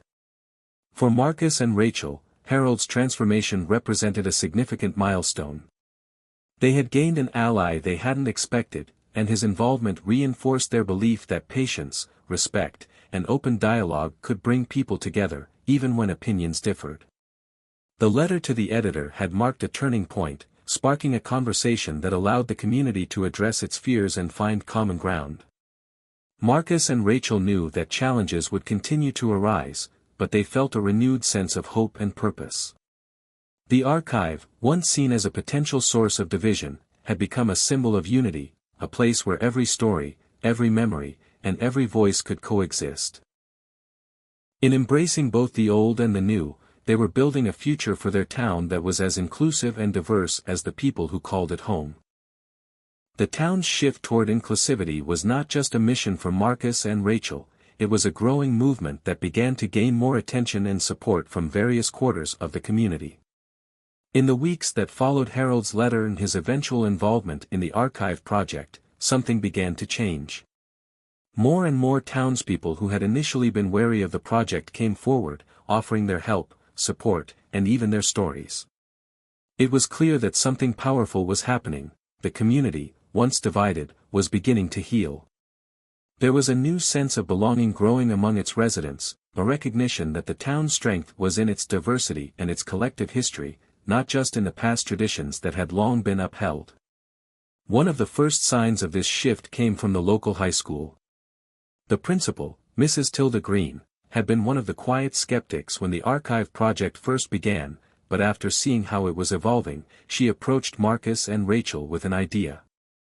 "I've been thinking about how we can integrate this project into our students' education," she said. "It seems like a great way to teach them about history in a more personal, hands-on way. What do you think about bringing the archive into the classroom?"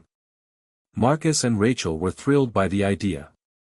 They met with Mrs. Green and the history department to brainstorm how to incorporate the archive into the curriculum. Together, they designed a project that would allow students to interview local residents, research the town's history through the archive, and contribute their own findings to the collection. The project was called Our Town, Our Story, and it was aimed at encouraging young people to connect with their community's history in a meaningful and interactive way. As the school year began, the first group of students took on the project. Some were initially hesitant about the idea, unsure how interviewing elderly residents or poring over historical documents could connect with their lives. But as they began visiting the archive, meeting with local elders, and uncovering stories about the town's founding and growth, they quickly saw the value. The students began to take pride in their work, seeing themselves as part of something bigger than just their high school years. They were contributing to the long-term preservation of the town's history. The students also brought fresh perspectives to the project, with their own unique cultural backgrounds and life experiences. One student, Maria, had recently moved to the town with her family from another state.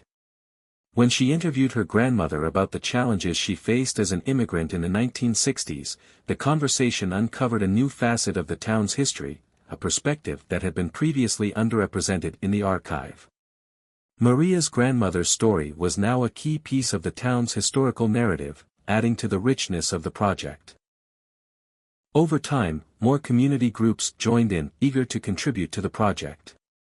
The local church, which had always been an integral part of the town, decided to host a series of community dinners where people could share their stories, whether they were related to the town's founding or to more recent experiences. At these dinners, people of all ages gathered in the church hall, sharing memories and anecdotes. Some of these stories were recorded and preserved in the archive, while others found their way into community newsletters or local social media pages. Local businesses also became involved. The owners of the town's cafe, Sarah and Jim, began displaying photos from the town's past on the walls of their cafe, using them as conversation starters for customers.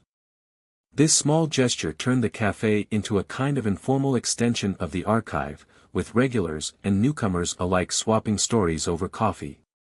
The cafe became a vibrant hub for dialogue, with people from all walks of life coming together to talk about their shared experiences. But the support didn't stop there.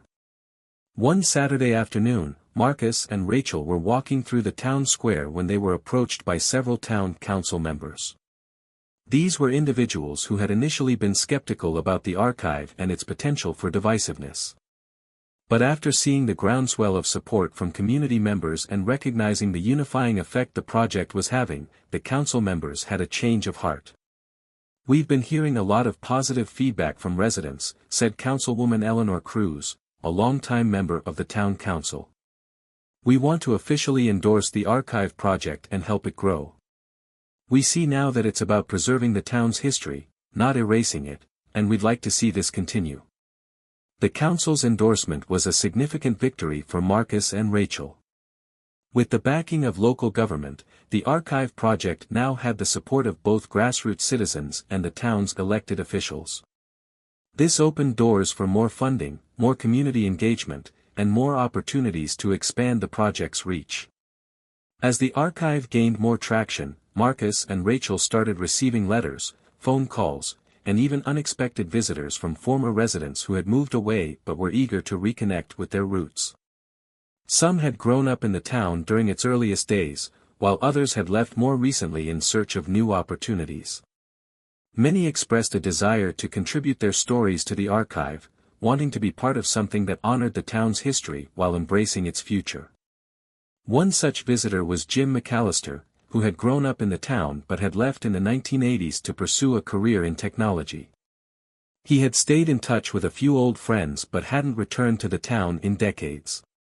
Jim had heard about the archive project and was eager to reconnect with his past. When he visited the archive, he brought with him a box of old letters and photographs from his childhood. These items, which had been carefully preserved in his attic, were now added to the archive's collection, adding another layer to the town's historical narrative. Jim's visit sparked a conversation about the role of technology in preserving the town's history. He suggested that they consider digitizing the archive, allowing people who had moved away to access the collection online. This idea excited Marcus and Rachel, and they quickly set to work on developing a plan for digitization, ensuring that the archive would be accessible to future generations, no matter where they lived. In the months that followed, the project continued to gain momentum, and with each passing day, the community felt more united and proud of its shared history. The archive had become more than just a physical collection of stories, it had become a symbol of the town's strength, resilience, and willingness to embrace change. The support from the community had transformed the archive project from a small, uncertain venture into a thriving, essential part of the town's fabric. As more people contributed to the project, the town began to see itself not as a place stuck in the past, but as a living, evolving community that valued both its history and its future. For Marcus and Rachel, the support of the community was a powerful reminder of why they had started the project in the first place, to give everyone a voice and to create a space where the town's diverse stories could be preserved for generations to come. They knew that the road ahead would still have its challenges, but with the community's support, they felt confident that the archive would continue to thrive, enriching the lives of all who called the town home. The town's annual festival, long a staple in the community calendar, was fast approaching. It had been a cherished tradition for decades, a time when families gathered to celebrate the changing seasons, with food, music, games, and stories shared by all. However, this year's festival would be different. The town council had decided to dedicate part of the festival to the newly established archive project, offering the perfect opportunity to showcase its progress and celebrate the town's history in a fresh, inclusive way. For Marcus and Rachel, this was both an exciting and daunting challenge. The festival was always a big event, drawing both longtime residents and visitors from neighboring towns. This year, it promised to be even more significant, given the growing enthusiasm surrounding the archive project. It was a chance to celebrate not only the past but also the future of the town and its people. "We have to make sure this feels like a true reflection of the community," Rachel said as she and Marcus discussed their plans in the days leading up to the festival. "We've worked so hard to bring people together, and this is our moment to show how far we've come." They quickly got to work, with Rachel spearheading the event's coordination, while Marcus focused on the archive exhibit. They decided to set up a large tent near the center of the town square, where they would display key artifacts and stories from the archive, including photographs, letters, and oral histories.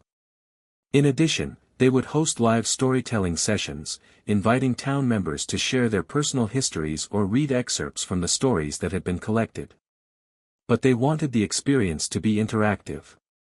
Marcus had always believed that the archive should be a living, breathing entity, something that wasn't confined to dusty old shelves but was part of everyday life. To that end, they worked with local artists to create murals depicting significant moments from the town's past, all while incorporating modern elements to highlight the town's vibrant present. Rachel also had the idea of hosting a story wall, where people could write down their memories and experiences, past or present. These notes would be collected and added to the archive after the festival, ensuring that everyone, no matter their age or background, had a chance to contribute. They even set up a small video booth where visitors could record their stories on the spot, offering an opportunity for future generations to hear their voices. When the festival day arrived, the town square was bustling with excitement. Local food vendors, musicians, and artists had set up their booths, and the sounds of laughter and music filled the air. The energy was palpable as people of all ages came together to celebrate, reconnect, and learn. The archive tent became a central hub of activity. Visitors were drawn to the walls lined with photographs, some black and white, others in vivid color, each telling a unique story of the town's history. Rachel greeted newcomers with a warm smile, explaining how the archive project had evolved and inviting them to explore the exhibits. Marcus stood by a large display of old newspaper clippings, pointing out key moments in the town's past and discussing the research process with curious attendees. The storytelling sessions were a hit, with a wide range of people sharing their experiences. One elderly woman, Clara, stood up to tell the story of how she and her family had arrived in the town during the Great Depression, struggling to make a living but finding a strong sense of community in the small, tight-knit town. Her story brought many to tears, as it highlighted not only the hardships they faced but also the resilience and determination of the people who helped them along the way. Meanwhile, children gathered around the murals, marveling at the vivid depictions of the town's history. Some of them took to the story wall, scribbling down memories of their own, perhaps not of the town's founding but of their own families, friends, and the things that made the town feel like home. The wall soon became a patchwork of memories, a testament to the diverse lives that had intersected over the years. As the day wore on, more and more people visited the video booth, sharing their memories on camera for future generations. The booth became a popular spot, with families recording short videos of their children telling stories about their favorite parts of the town, or grandparents recounting childhood games they used to play in the same park where the festival was now being held. By the time the sun began to set, the festival had exceeded all expectations. The streets were alive with conversation, laughter, and music, but there was something deeper in the air, a sense of unity and pride that was hard to put into words. The town, once fractured by its differences, had come together, not just to celebrate the present but to honor the shared history that bound them. For Marcus and Rachel, the success of the festival was a powerful affirmation of the work they had done. They had brought the town together, helped bridge gaps, and created something lasting, an archive that was not just a collection of artifacts, but a vibrant, living testament to the community's diverse stories. As the final fireworks of the evening lit up the sky, Rachel leaned over to Marcus and said, "I think we've done it. We've truly brought the town together." Marcus nodded, watching as people danced and laughed in the square, young and old, newcomers and longtime residents. He smiled, knowing that the archive project had become more than just a project, it had become a movement. It had sparked conversations, formed connections, and most importantly, allowed the town to see itself in a new light. And, with the town's annual festival now forever linked to the archive, Marcus and Rachel knew that the town's story would continue to unfold, year after year, as the archive grew and evolved alongside it. As the excitement from the festival began to subside, Marcus and Rachel returned to the quieter, more focused work of the archive project.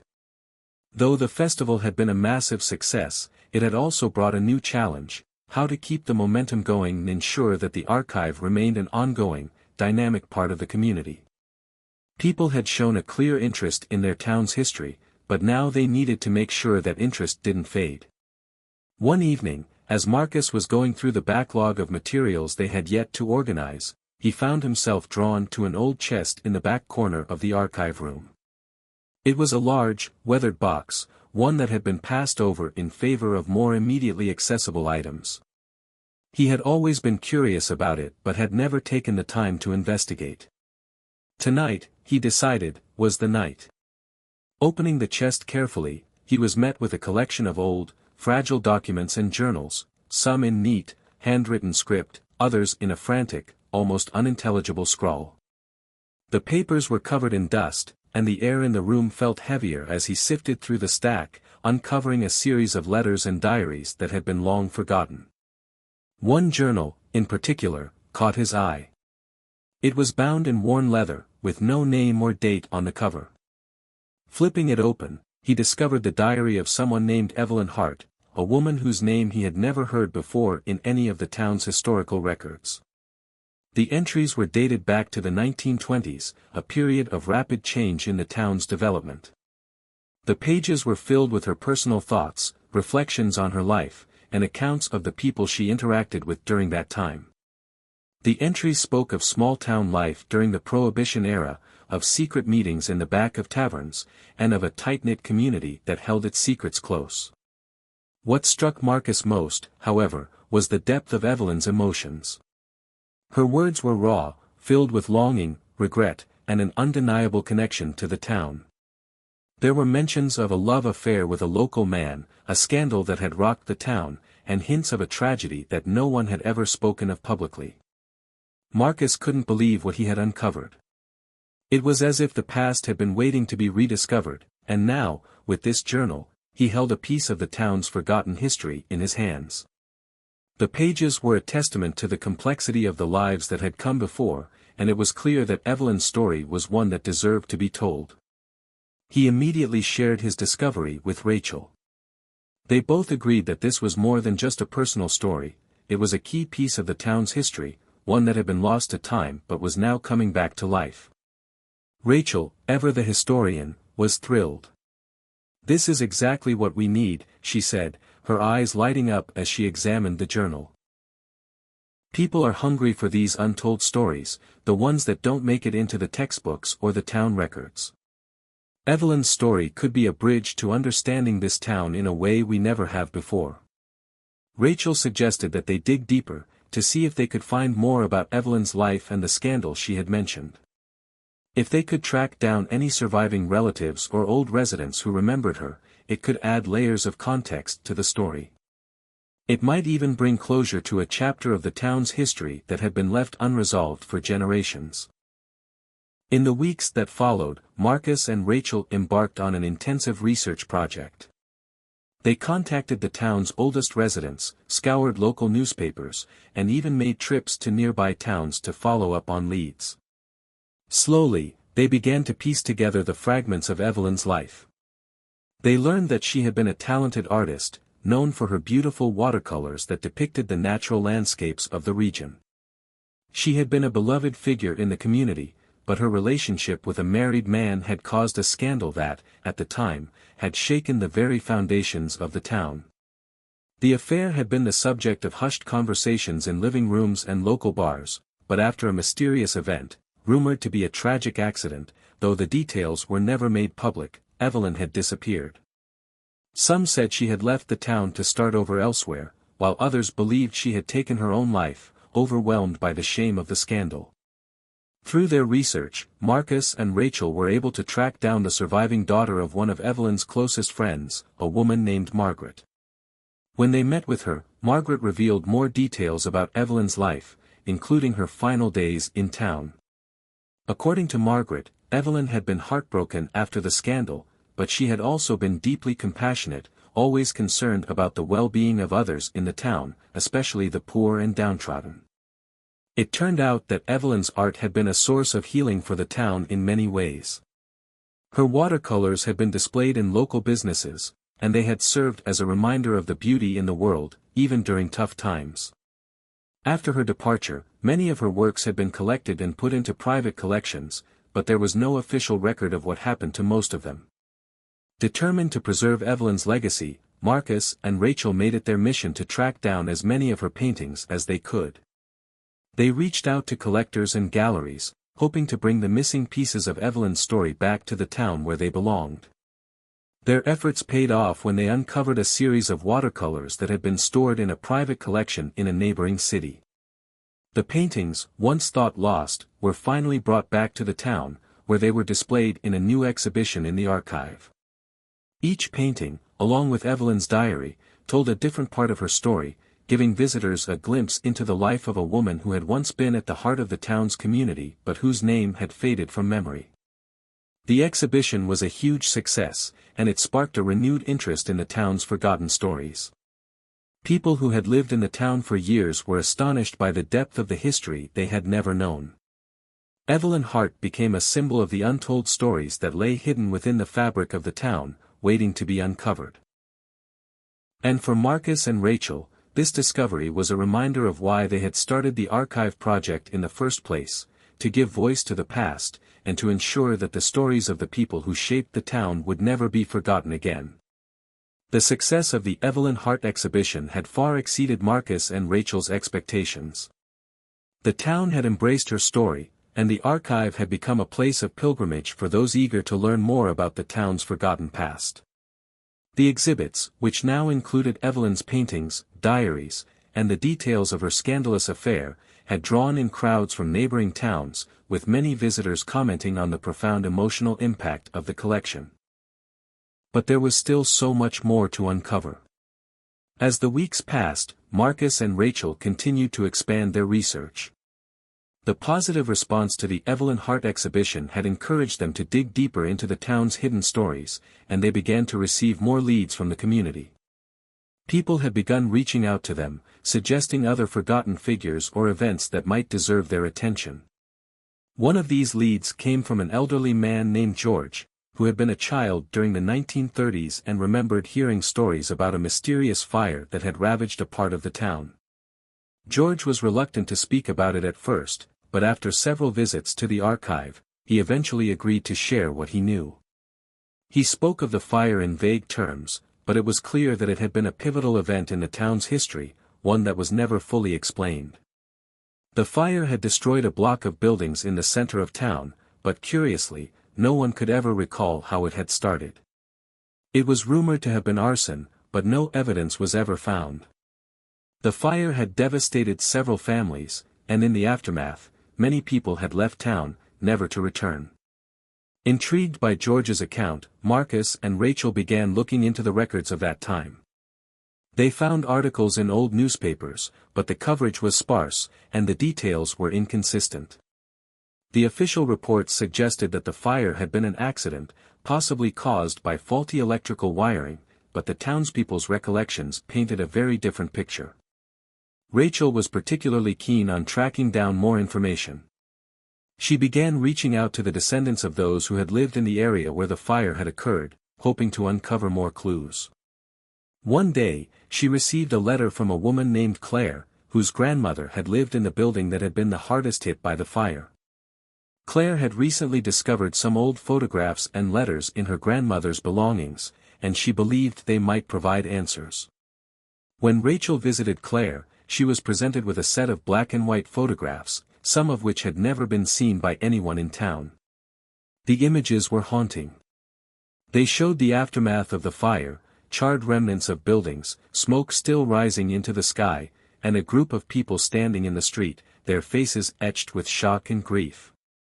But there was something more in the photos that caught Rachel's eye. One of the buildings that had burned was owned by a local man named Robert Finch, a businessman who had been known for his shady dealings.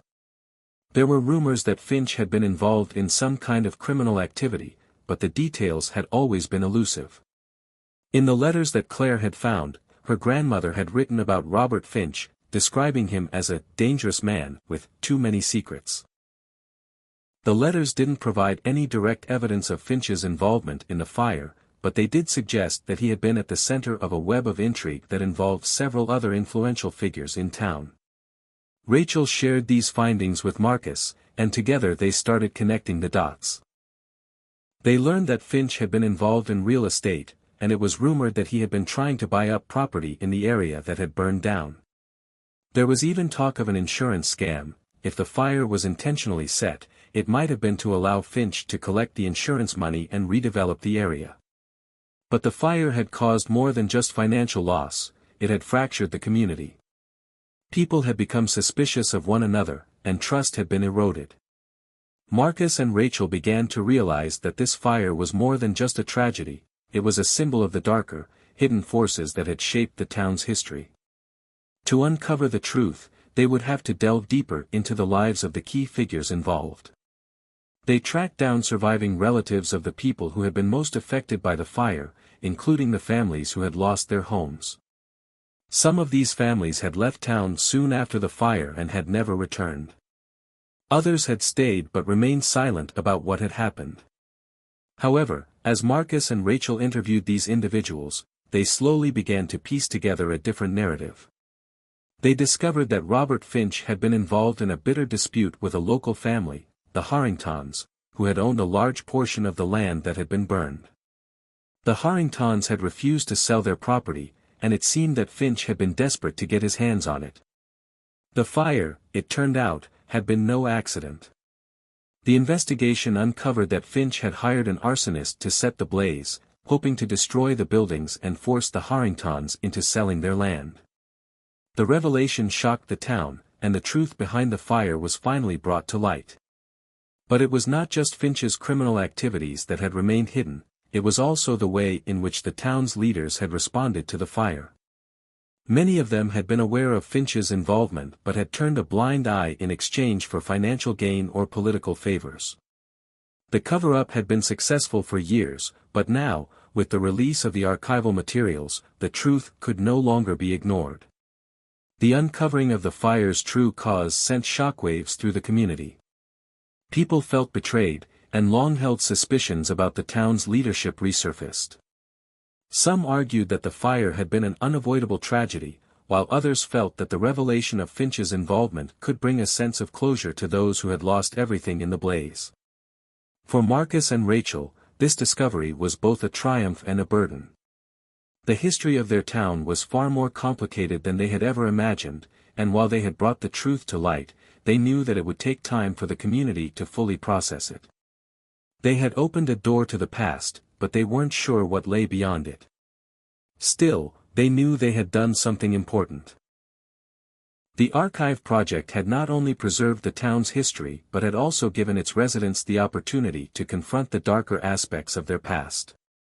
And for Marcus and Rachel, that was the true power of history, not just in remembering, but in understanding the forces that had shaped the present. The discovery of the true cause behind the fire had shaken the town to its core, but it also marked a pivotal turning point in the journey that Marcus and Rachel had begun together.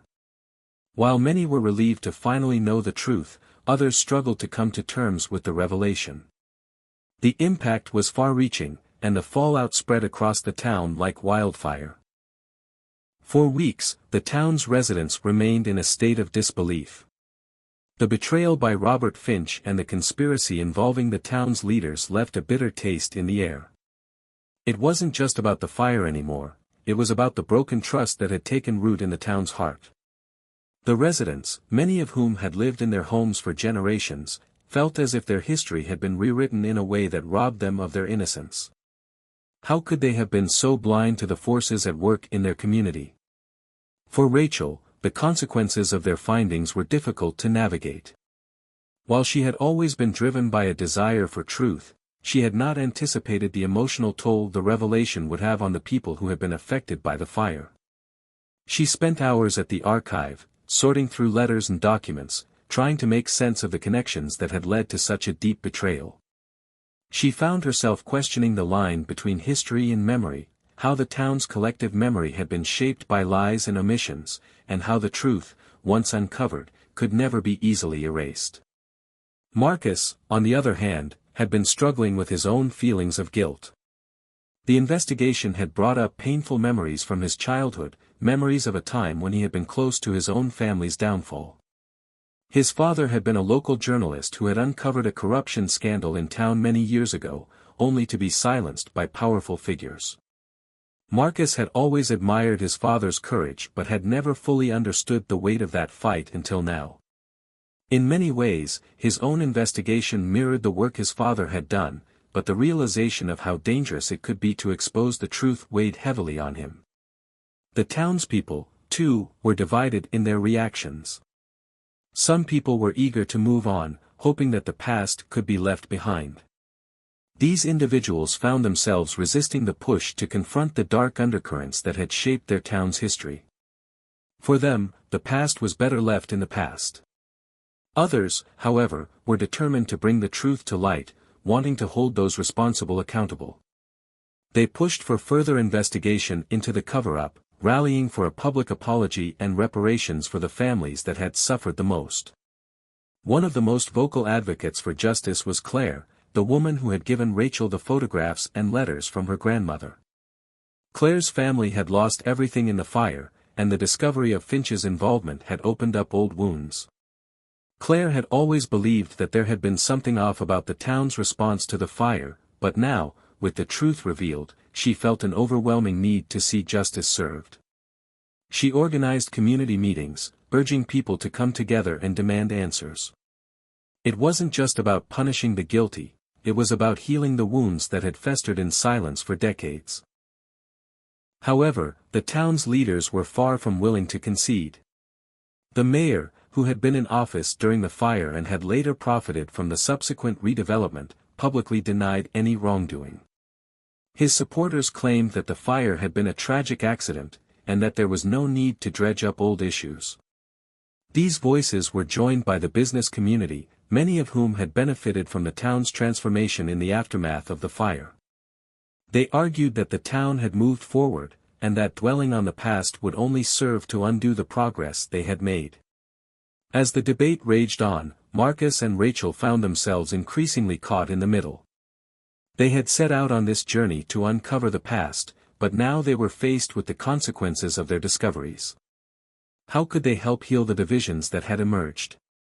How could they ensure that the truth was used to build a better future, rather than tearing their community apart? Rachel began to worry about the impact of their work on her relationship with Marcus. They had grown close over the course of the investigation, but the strain of their differing perspectives on the situation was beginning to show.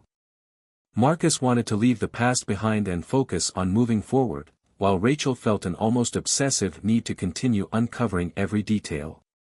The tension between them grew, and their once seamless partnership became fraught with unspoken frustration. But even as they struggled with their personal differences, they both knew that they couldn't abandon their mission. They had come this far, and the town deserved to know the full story. They decided to take a different approach, one that might allow them to bring closure to the town without further alienating it. The decision was made to hold a town-wide forum, a public meeting where both sides could voice their concerns and engage in a dialogue about what had happened. It wasn't going to be easy, but Marcus and Rachel felt that it was the only way to move forward. The meeting would be a chance to confront the past, but also to heal, and to find a way for the town to rebuild, not just physically, but emotionally. In preparation for the forum, Rachel spent hours compiling a comprehensive timeline of the fire, the aftermath, and the years of cover-up that had followed. Marcus focused on reaching out to the community leaders, encouraging them to participate in the conversation, and assuring them that this wasn't an attempt to tear down everything that had been accomplished, but rather an opportunity to address the mistakes of the past and move forward with integrity. The night of the forum arrived, and the atmosphere in the town hall was tense. The room was packed, with townspeople sitting in rows, their eyes fixed on the stage.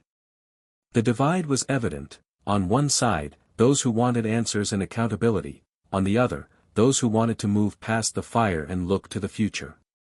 Marcus and Rachel sat at the front, nervously awaiting the start of the discussion. The mayor was the first to speak. He stood before the crowd and began by acknowledging the fire, but quickly shifted the conversation to the rebuilding efforts that had taken place in the years since.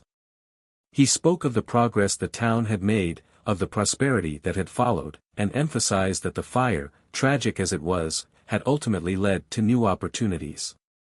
His speech was met with mixed reactions. Some clapped, while others exchanged looks of disdain.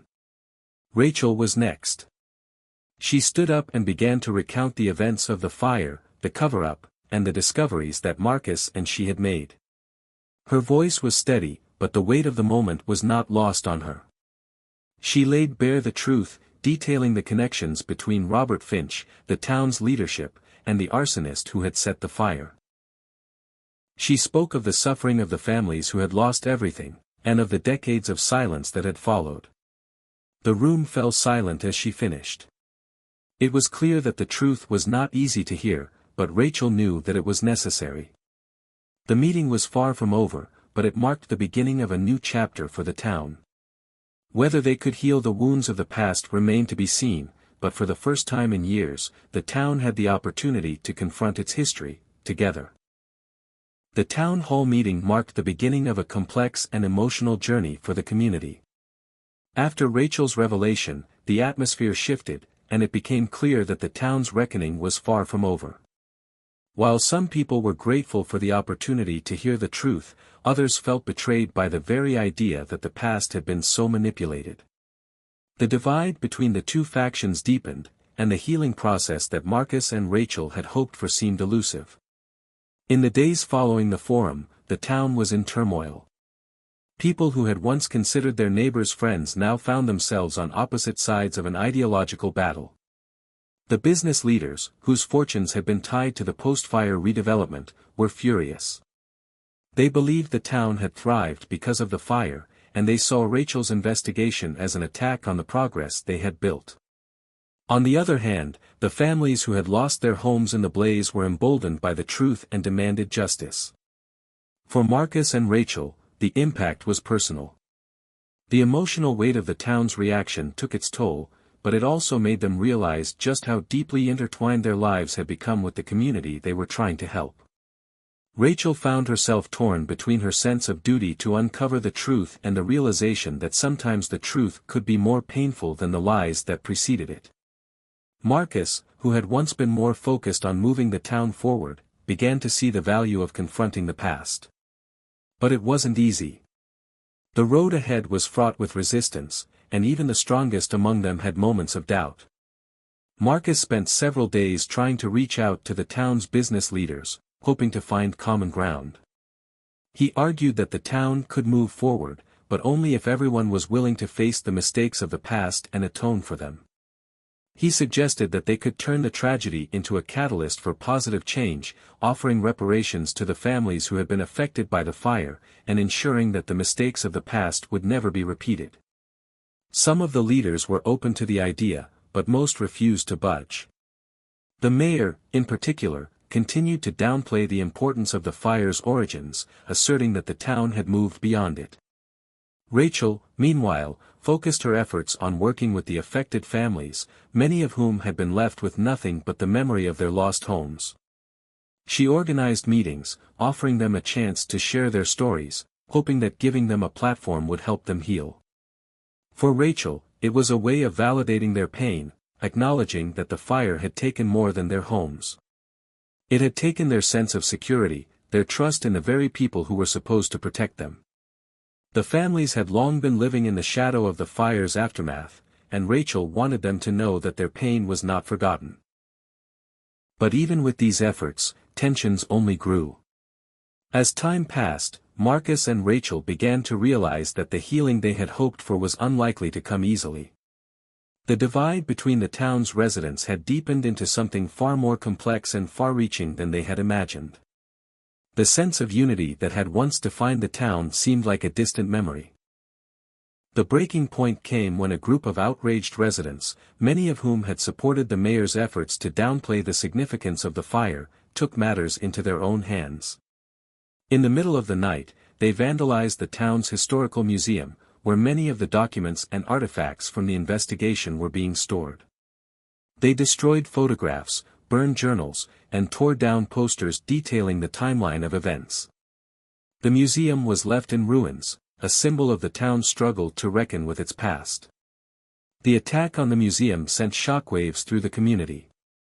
Marcus and Rachel were devastated, not just by the destruction of the museum, but by the realization that the town was becoming more divided by the day. The vandalism wasn't just an attack on the investigation, it was an attack on the very idea that the past could be confronted and understood. It was an attempt to erase history, to silence the truth. Rachel was especially shaken by the attack. She had spent countless hours in the museum, piecing together the narrative that had been buried for so long. To see the work she had done torn apart so violently made her question everything she had believed about the power of truth. Was it worth it? Was the cost of uncovering the truth more than the town could bear? But even as doubt crept into her mind, she knew one thing for certain: the fight was far from over. The destruction of the museum, while tragic, only underscored the importance of what they were doing. The town could try to erase the past, but that wouldn't change the fact that it had happened. The fire, the cover-up, the betrayal, it was all part of the town's history, and no amount of destruction could undo that. Marcus shared Rachel's resolve. Despite the attack, he remained determined to see the investigation through. But he also knew that they needed to be more strategic in how they approached the situation. They couldn't allow the town to descend into further chaos. They had to find a way to bring people together, to heal the wounds that had been opened by their findings. But as he stared at the wreckage of the museum, Marcus couldn't help but wonder if it was already too late. As Rachel began to gather the scattered pieces of the investigation, she received an unexpected visitor, Claire, the woman whose family had been so deeply affected by the fire. Claire had become a key ally in their efforts, but she arrived with news that would change everything. Claire had uncovered new information. A set of documents had surfaced, detailing a series of meetings between the mayor, Robert Finch, and other key figures in the town, long before the fire had even been set. The documents contained evidence that the fire had been part of a larger conspiracy, one that had been planned years in advance, with the intent of raising the town's historic district to make way for new developments. It was a chilling revelation, one that confirmed that the town's leaders had known what was coming and had done nothing to stop it. For Marcus and Rachel, the discovery was both a blessing and a curse. It provided the final piece of the puzzle, but it also made their task even more dangerous. They had already ruffled enough feathers, and now they had uncovered something that could shatter everything the town's leaders had worked to protect. The question was no longer just about healing the community, it was about confronting the people who had orchestrated the fire, and making sure that they paid for their actions. The road ahead was uncertain, but one thing was clear: the truth had to come out, no matter the cost. The town's future depended on it. The discovery of the new documents sent shockwaves through the community. The evidence Claire had uncovered was nothing short of explosive. Detailed plans, contracts, and emails showed that the fire was not a random act of chance, but rather a deliberate scheme orchestrated by the town's most influential leaders, including Mayor Thompson and Robert Finch. These revelations confirmed the suspicions that had been building for years, and suddenly, the sense of betrayal felt by the town's residents became all too real. Rachel and Marcus had known that they were playing with fire, figuratively and literally. But now that they had irrefutable proof of a conspiracy, the stakes were higher than ever. They had not just uncovered a tragedy, they had unearthed a web of corruption that ran to the very heart of the town's political and economic systems. The scale of the conspiracy was staggering, and the more they dug into the documents, the more the town's leadership began to unravel. The documents showed that the fire had been planned years in advance, with the express goal of clearing the historic district for redevelopment. It was clear that the town's leadership, including key business leaders, had seen the fire as an opportunity, a way to rid the town of what they considered to be outdated infrastructure and, in the process, line their own pockets. The fact that so many people had died or lost their homes was seen as an unfortunate but necessary sacrifice in their eyes. The revelation rocked Rachel and Marcus to their cores. They had already known that the truth was ugly, but now it was worse than they had ever imagined. The sheer magnitude of the deception, how deep it ran, how far it reached, left them feeling both empowered and vulnerable. They had been fighting for justice, but now they realized they were up against forces much more powerful than they had ever anticipated. As the news of the new documents spread, the town's reaction was swift and violent. There was an outpouring of anger from the affected families, who felt that their pain had been ignored for too long. But there was also fierce resistance from those who had benefited from the fire, the business leaders and politicians who had kept the town's dark secrets for years. They rallied together, desperate to suppress the truth and protect their interests. The mayor was the first to go on the offensive. She held a press conference in which she denounced the allegations, calling the documents a fabrication and an attempt to destabilize the town. She accused Rachel and Marcus of stirring up division and spreading falsehoods that could destroy everything the town had worked for. The mayor's words were carefully chosen, meant to placate the residents who were still undecided and rally those who had a vested interest in maintaining the status quo. But the truth could not be so easily suppressed. In the face of the mayor's denial, Rachel and Marcus decided to go public with the evidence. They knew it was a risk. They had already seen the lengths to which the town's leaders were willing to go to maintain their grip on power. But they could not let the truth remain hidden any longer. They organized a town-wide rally, where they presented the documents to the public, detailing the conspiracy that had led to the fire. The rally was held in the same square where the memorial for the fire victims had been erected, a poignant reminder of the destruction and the lives lost.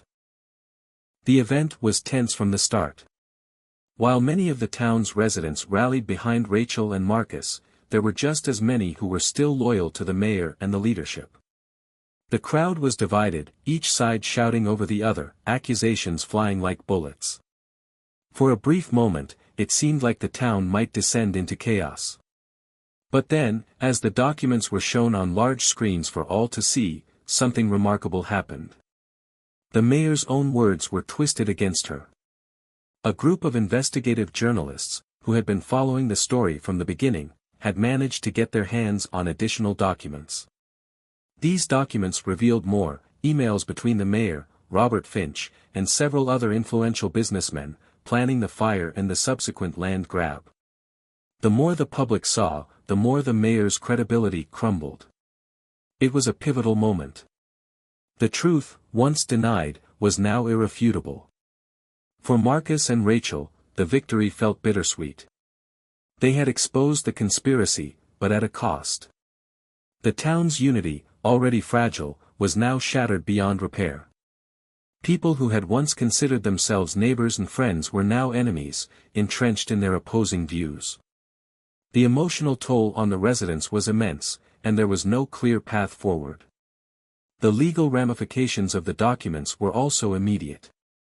Prosecutors began investigating the mayor, Robert Finch, and the other individuals implicated in the conspiracy. As the investigation deepened, more arrests followed. The public outcry was overwhelming, with calls for justice echoing through the town. The victims of the fire, who had been ignored for so long, were now seen as the true heroes. Their suffering had uncovered a criminal operation that had been years in the making. But even as justice seemed within reach, Marcus and Rachel knew that there would be no easy resolution. The people who had orchestrated the fire were powerful, and they would stop at nothing to protect their interests. The battle was far from over. In fact, it was only just beginning. Despite the overwhelming evidence against them, the mayor and her allies refused to back down. They fought tooth and nail, using every legal maneuver at their disposal to delay the investigation and discredit the new evidence. It became clear that they would not go down without a fight, and the town was plunged into yet another round of bitter political and legal battles. Rachel and Marcus knew that they had only scratched the surface of a much deeper issue. The conspiracy went beyond just a few key players, it was systemic. It involved the town's entire power structure, from the politicians to the business elites to the law enforcement officers who had turned a blind eye to the truth. Exposing one lie only seemed to lead to another, and the more they uncovered, the more they realized how much they still didn't know. The fight for justice had become a fight for the very soul of the town itself. The damage had been done, but Rachel and Marcus couldn't help but hope that, through all the pain, they could somehow rebuild something better. The town might never be the same, but perhaps it could be redeemed. As the dust settled from the explosive revelations, the town found itself in a state of disarray. The truth about the fire and the conspiracy had been laid bare, but it had come at a great cost. The unity that had once held the town together was now shattered, and the community was divided along new, painful lines. Some sought justice, others protection, and still others were just trying to hold on to their livelihoods as the town they knew crumbled. Rachel and Marcus, however, were no longer fighting just for their own sense of right and wrong. They had become symbols of resistance against a deeply entrenched system of corruption. But even as they gained support from the disillusioned citizens, they felt the weight of their position pressing down on them. They were no longer just local activists, they were key players in a town-wide struggle, one that might change the course of their community forever. In the aftermath of the rally, the town's leadership was under siege. Mayor Thompson, who had denied the allegations and called the accusations a smear campaign, had seen her support base erode drastically. Her denials were no longer enough to quell the fury of the residents. Even her most loyal supporters had begun to question her role in the tragedy, and many were demanding answers. As the investigation progressed, new voices joined the calls for justice. Journalists, legal experts, and community leaders who had once turned a blind eye to the fire's causes now sought to expose the full extent of the conspiracy. More evidence was coming to light, and with it, more arrests. The business magnates who had benefited from the land grab were brought in for questioning, and Robert Finch was revealed to be far more deeply involved in the operation than anyone had initially suspected. Yet, for all the progress that had been made, the situation remained fraught with uncertainty. The town's economic recovery was now tied to the legal proceedings, and with so many influential people involved in the scandal, the prospect of true justice seemed ever more elusive. The courts were overrun with cases, and there was no guarantee that the powerful figures behind the conspiracy would face real consequences. It felt as though the system that had failed them once would continue to protect those who had caused so much harm. Still, Rachel and Marcus pressed on, determined to see the fight through to the end. They had lost many friends along the way, some had distanced themselves due to the emotional and political turmoil, while others had been threatened into silence. But those who remained by their side were committed to one common goal, to rebuild the town and restore its integrity. The idea of rebuilding wasn't just a matter of physical reconstruction, though. It was about restoring the town's soul, the very essence of what had made it special before the fire and the scandal. Rachel, especially, was determined to see that the town's spirit didn't die along with the buildings. She worked closely with a coalition of survivors, community leaders, and activists to forge a path forward. One of the first steps in the recovery process was to restore the memorial dedicated to the fire victims. The original memorial had been hastily erected after the fire, but it was temporary and incomplete, much like the town's response to the tragedy. Now, with more resources and support from the community, Rachel and Marcus pushed for a more permanent and meaningful tribute. They wanted to honor the victims in a way that would never be forgotten, while also reminding the town of the need for accountability. The new memorial was not just a plaque or statue, but a space for reflection and education. It included an exhibit detailing the history of the fire, the investigation, and the ongoing efforts to bring justice to the victims. Local artists contributed murals that depicted the faces of the people who had died, and survivors shared their personal stories through videos and written accounts. The memorial was designed to be a place of both sorrow and hope, a reminder that while tragedy had struck, the strength of the community would rise above it. While this was a symbolic gesture, it represented a crucial turning point for Rachel, Marcus, and the entire town. It was their way of saying that they would not forget. And in the act of remembrance, they began to heal. Yet, the scars ran deep. People who had lived alongside each other for years now found themselves confronting painful truths. Neighbors who had once been close friends were now divided by their allegiance to the old power structures or to the new wave of activism that was sweeping through the town. There were those who believed the town should simply move on, who felt that too much time had been spent dwelling on the past. And there were others who felt that the town could never heal until the full weight of the crime had been recognized and justice served. Rachel found herself at the heart of this debate.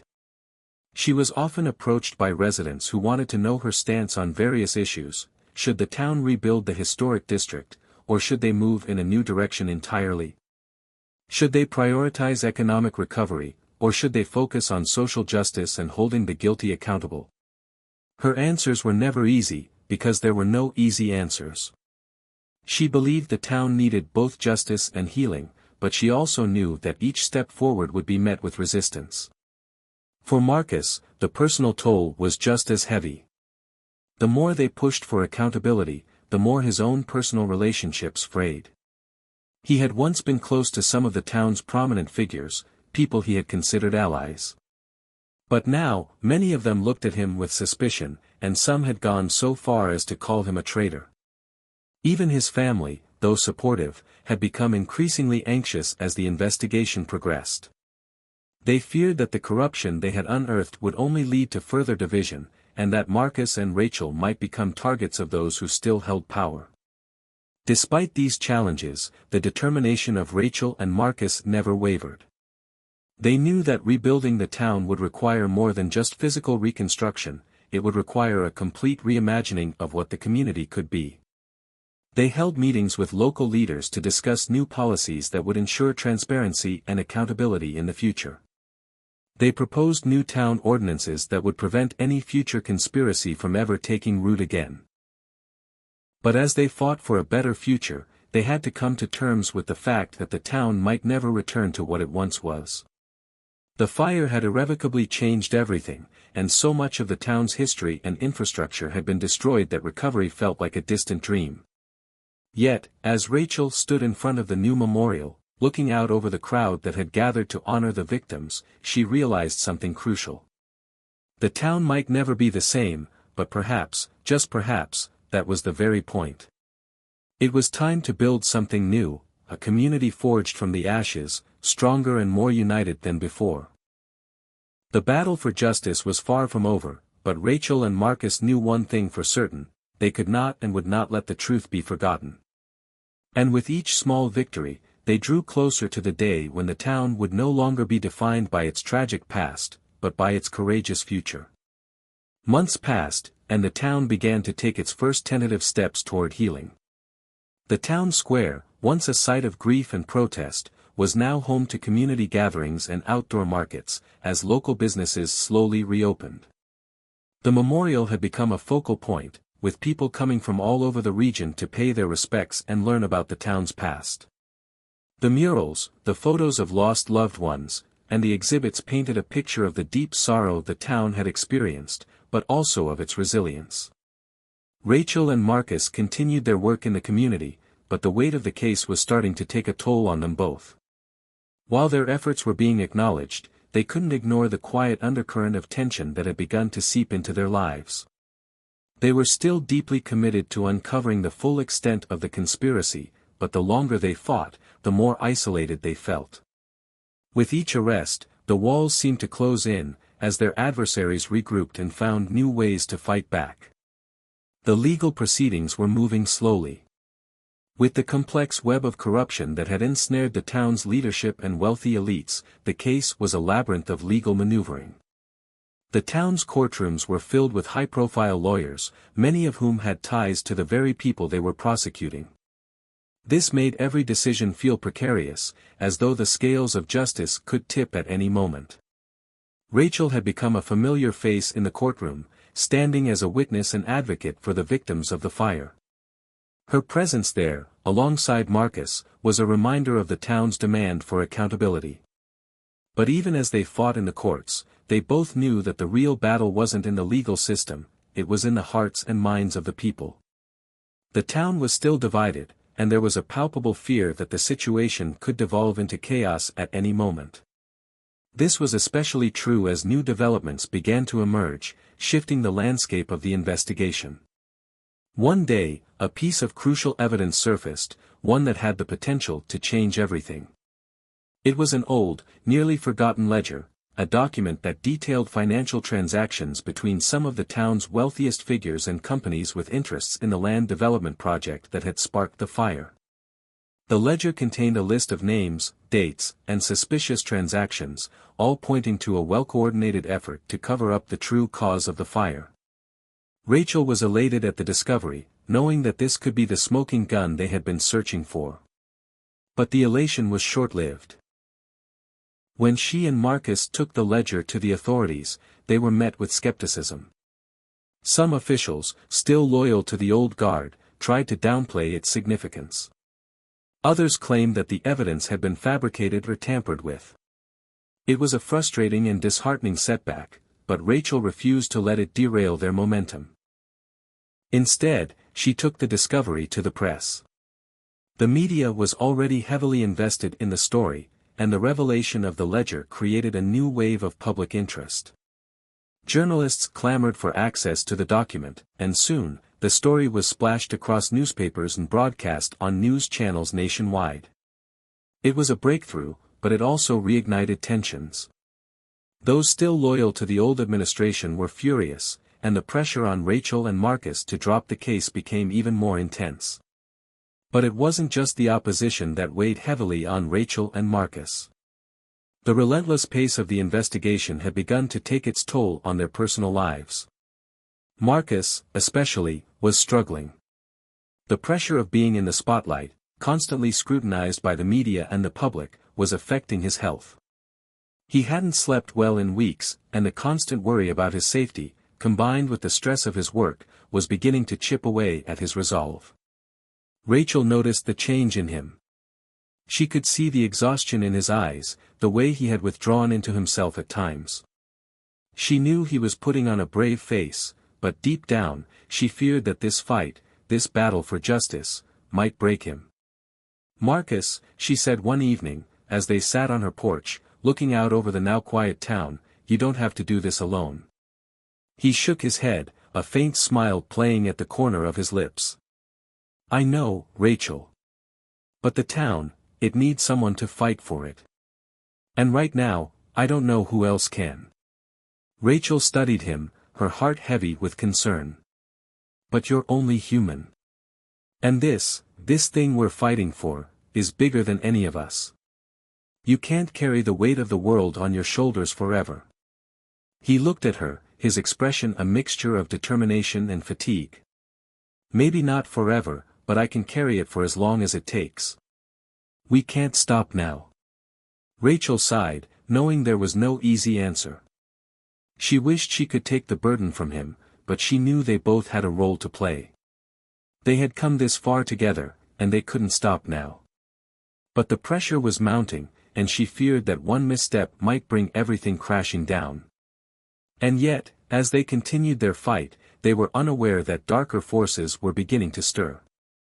The people they had once called allies were now retreating into the shadows, their loyalties shifting as the stakes grew higher. Even some of their closest friends seemed to be pulling away, unsure of which side they should stand on in this war for the soul of the town. In the quiet moments, when Rachel and Marcus were alone with their thoughts, they both wondered what the future would look like. Would they see justice done, or would the town fall back into the hands of the corrupt elite that had manipulated it for so long? Was it possible to rebuild from the ashes, or would the town always be haunted by the ghosts of its past? For now, though, they pressed on, knowing that the real storm, the one that would determine the fate of the town, was still to come. The battle for justice had only just begun, and with it, a new chapter in the town's history was about to unfold. The momentum from the recent media coverage of the ledger had created a stir, but it also cast a long shadow over the town. The powerful figures they were challenging were now more determined than ever to silence those who threatened their control. Rachel and Marcus felt the weight of that pressure pressing down on them daily. It was no longer just about uncovering the truth, it was about survival. The town's atmosphere had shifted. What had once been a community in mourning was now a battleground. Tension simmered beneath the surface as the citizens, long divided by loyalties, struggled to align themselves with one side or the other.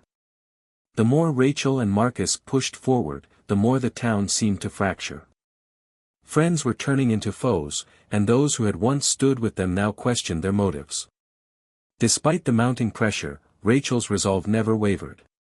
She felt an urgency to bring the truth to light, to ensure that those responsible for the fire and the subsequent cover-up were held accountable. But she knew the stakes had grown higher. The deeper they dug, the more powerful the forces they uncovered, and the more dangerous it became for everyone involved. The threats against them were no longer subtle. They had begun to receive anonymous phone calls, late at night, warning them to stop their investigation.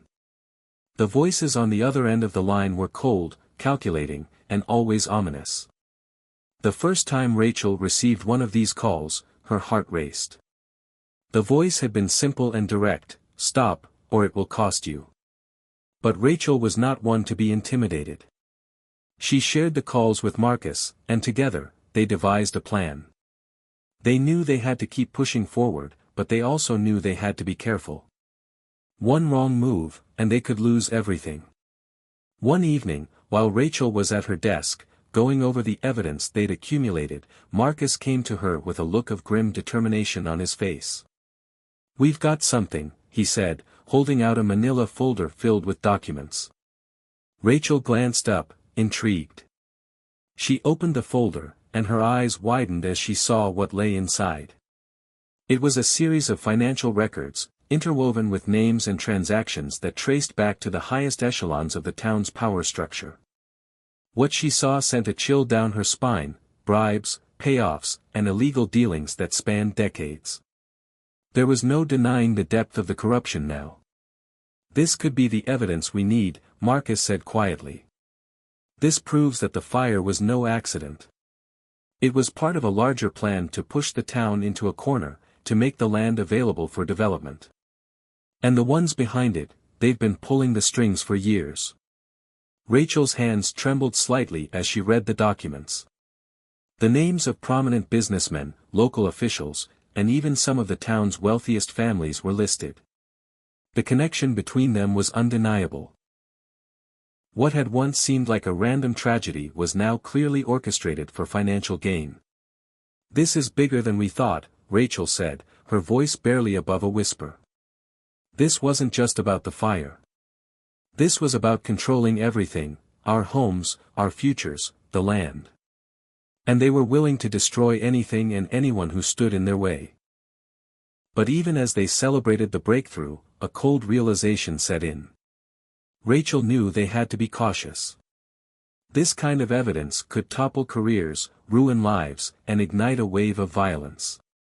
Those in power wouldn't go down without a fight. In fact, Rachel suspected that the storm was already brewing. The next day, as Marcus and Rachel made plans to share the new evidence with trusted members of the legal team, something unexpected happened.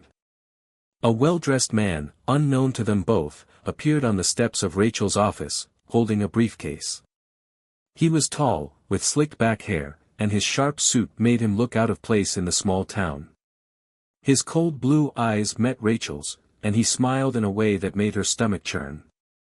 "I'm here to talk to you about your investigation," he said, his voice smooth and professional, though there was an edge to it that made Rachel immediately uneasy. "I believe we can help each other." Rachel stiffened, instinctively stepping back. "What do you mean?" The man took a step closer, his voice lowering. "I represent certain interests. People who would prefer to see this all end. You've made your point, but now it's time to stop. You've uncovered more than you think, and there's a price for that kind of knowledge." Rachel's pulse quickened as she realized that the man was not offering an olive branch. He was offering an ultimatum. "You need to back off," the man continued, his tone now harder. "This is your last warning."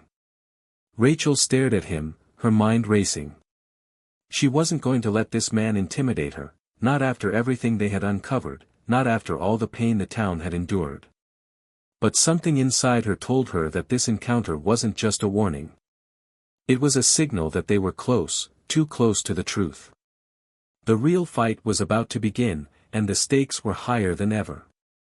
"Let me guess," Rachel said, her voice steady despite the fear that clawed at her insides. "If I don't stop, you'll make me regret it." The man's eyes narrowed. "You're a smart woman, Rachel. But smart people know when it's time to walk away. Don't make me make you an example." Without waiting for a response, he turned and walked away, leaving Rachel standing there, the weight of his words sinking in.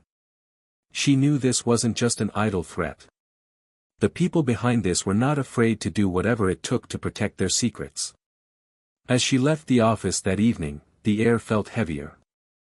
She could sense that things were changing, that the battle was escalating into something far more dangerous than they had anticipated. What had started as a quest for justice was now a fight for their lives.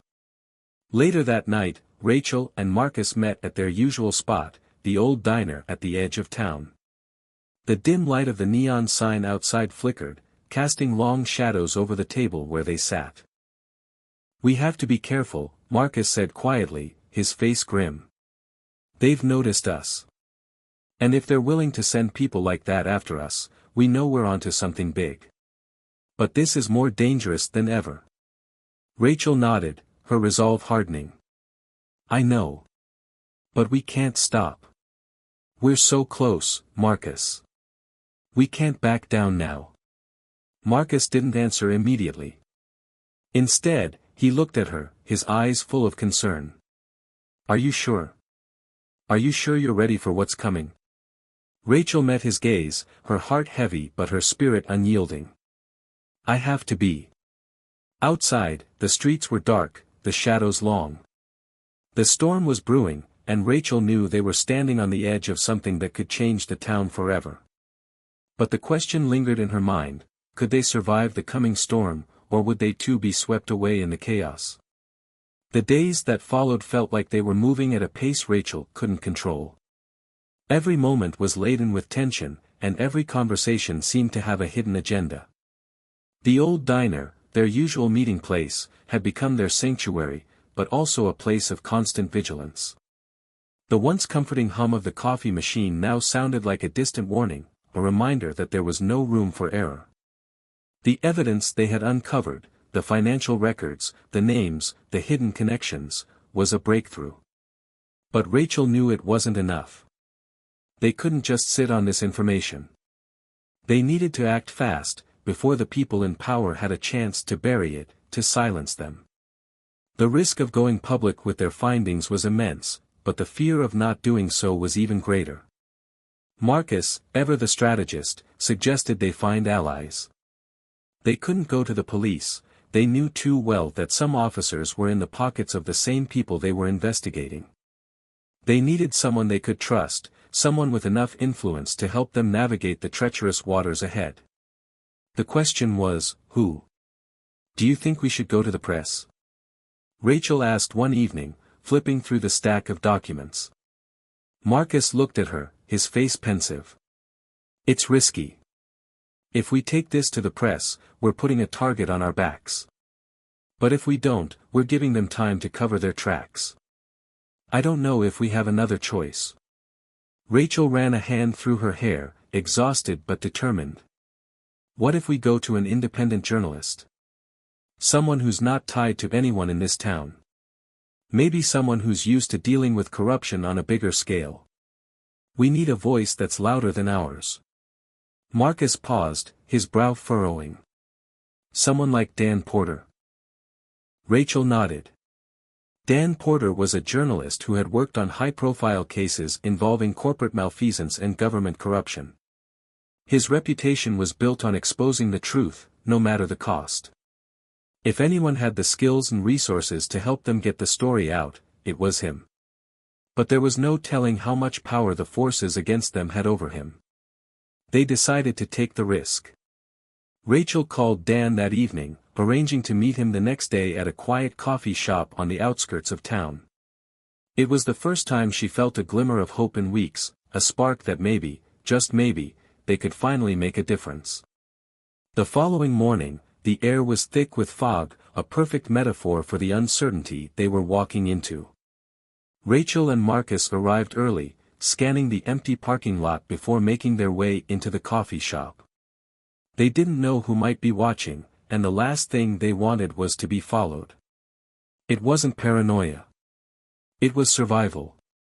Dan Porter was already there, sitting at a corner table, his face half hidden behind a newspaper. He looked exactly like the kind of journalist Rachel had imagined, sharp eyes, unshaven, and with an air of someone who had seen too much. He glanced up when they entered, nodding in recognition. Rachel, Marcus, he said, his voice low and gravelly. I assume you have something to show me. Rachel slid the manila folder across the table, watching as Dan's eyes flicked over the documents. He didn't say anything at first, just silently sifted through the pages, his expression unreadable. After what felt like an eternity, he put the papers down, looking at Rachel and Marcus with a mixture of concern and respect. This is big, he said finally, his voice quieter now. You're telling me that this whole thing, the fire, the land deals, the cover-ups, was all orchestrated by people in power here, people who have been pulling the strings for years? Rachel nodded, her hands gripping the edge of her coffee cup. Yes. And it's worse than we thought. These aren't just small-time crooks. These are the people who own this town. The ones who make the decisions. And they'll stop at nothing to keep their secrets hidden. Dan leaned back in his chair, rubbing his jaw thoughtfully. I've seen this before. Powerful people like these won't go down easily. If they're involved in something this big, they'll have contingencies. They'll try to bury this the second they feel threatened. Rachel's heart sank at his words. We know. That's why we need your help. If we go public, we need to do it in a way that exposes the whole network, not just the fire. We need to make sure this isn't just a local issue, but something that gets national attention. Dan's gaze sharpened.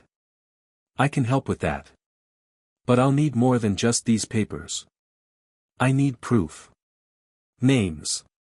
Motives. Documents that tie this all together. Marcus shifted uneasily in his seat. We're working on it. But time is running out. Every day we wait, the people behind this are covering their tracks. We can't afford to give them another minute. Dan looked between the two of them, his face softening. You're right. We'll do this together. But you have to understand, once this goes public, there's no going back. You're going to make enemies, powerful ones. Are you ready for that? Rachel met his gaze, her heart pounding.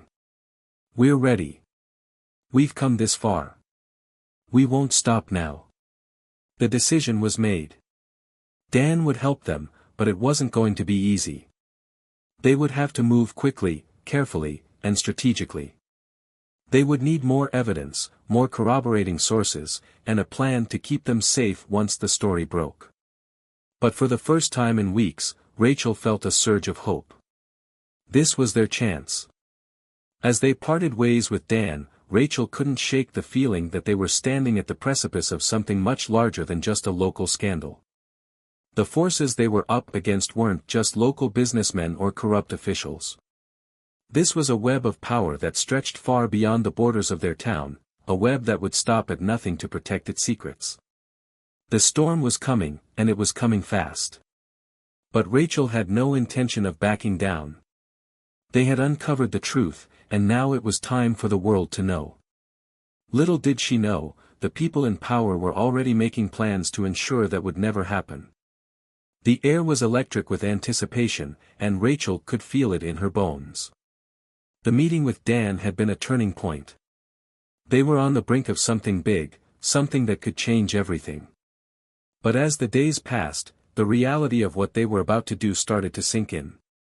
They weren't just about to expose a few corrupt officials or shady businessmen. They were about to take on a powerful system, one that had been operating in the shadows for years. The risks were unimaginable, and yet there was no turning back now. Over the following week, Marcus and Rachel worked tirelessly, gathering every shred of evidence they could find. They contacted former employees, sources who had once been too scared to speak out, and quietly sifted through documents that had been hidden away for far too long. Dan was their lifeline, providing guidance on how to present the case and connect the dots between the fire, the land deals, and the web of corruption stretching to the highest echelons of power. But even as they pushed forward, the pressure was mounting. The people they were up against were powerful, and they weren't blind to the threat Rachel and Marcus posed. Unseen eyes seemed to be everywhere, and Rachel couldn't shake the feeling that they were being watched. Her phone rang more often than usual, and strange cars appeared in the parking lot outside her apartment. She'd caught glimpses of them through the blinds, men in suits, talking quietly in hushed voices. It was like a game of cat and mouse, only the stakes were much higher. One evening, as Rachel sat in her small apartment, flipping through the final draft of the article Dan was preparing to publish, the doorbell rang. She wasn't expecting anyone. Cautiously, she walked to the door and peered through the peephole. To her relief, it was Marcus. She opened the door quickly, letting him in. His face was grim, his usual calm demeanor replaced by a tense energy. "We need to talk," Marcus said, his voice low. "What's going on?" Rachel asked, anxiety creeping up her spine. Marcus looked over his shoulder before stepping inside, his eyes scanning the room as if he expected someone to be lurking in the shadows. He took a deep breath, then met her gaze. "We've been compromised." Rachel's heart skipped a beat. "What do you mean?"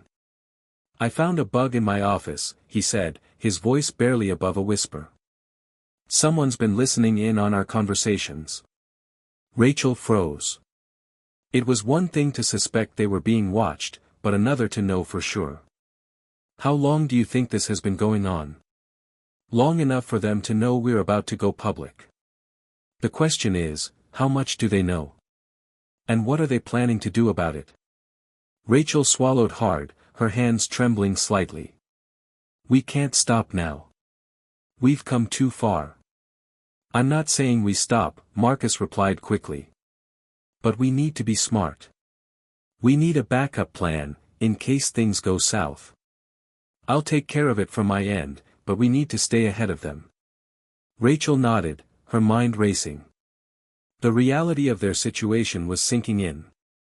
They were up against forces that wouldn't hesitate to destroy their lives, to bury the truth, to protect the system that had kept them in control for so long. But that only made her more determined. "We've already gone too far to back out now," Rachel said, her voice firm.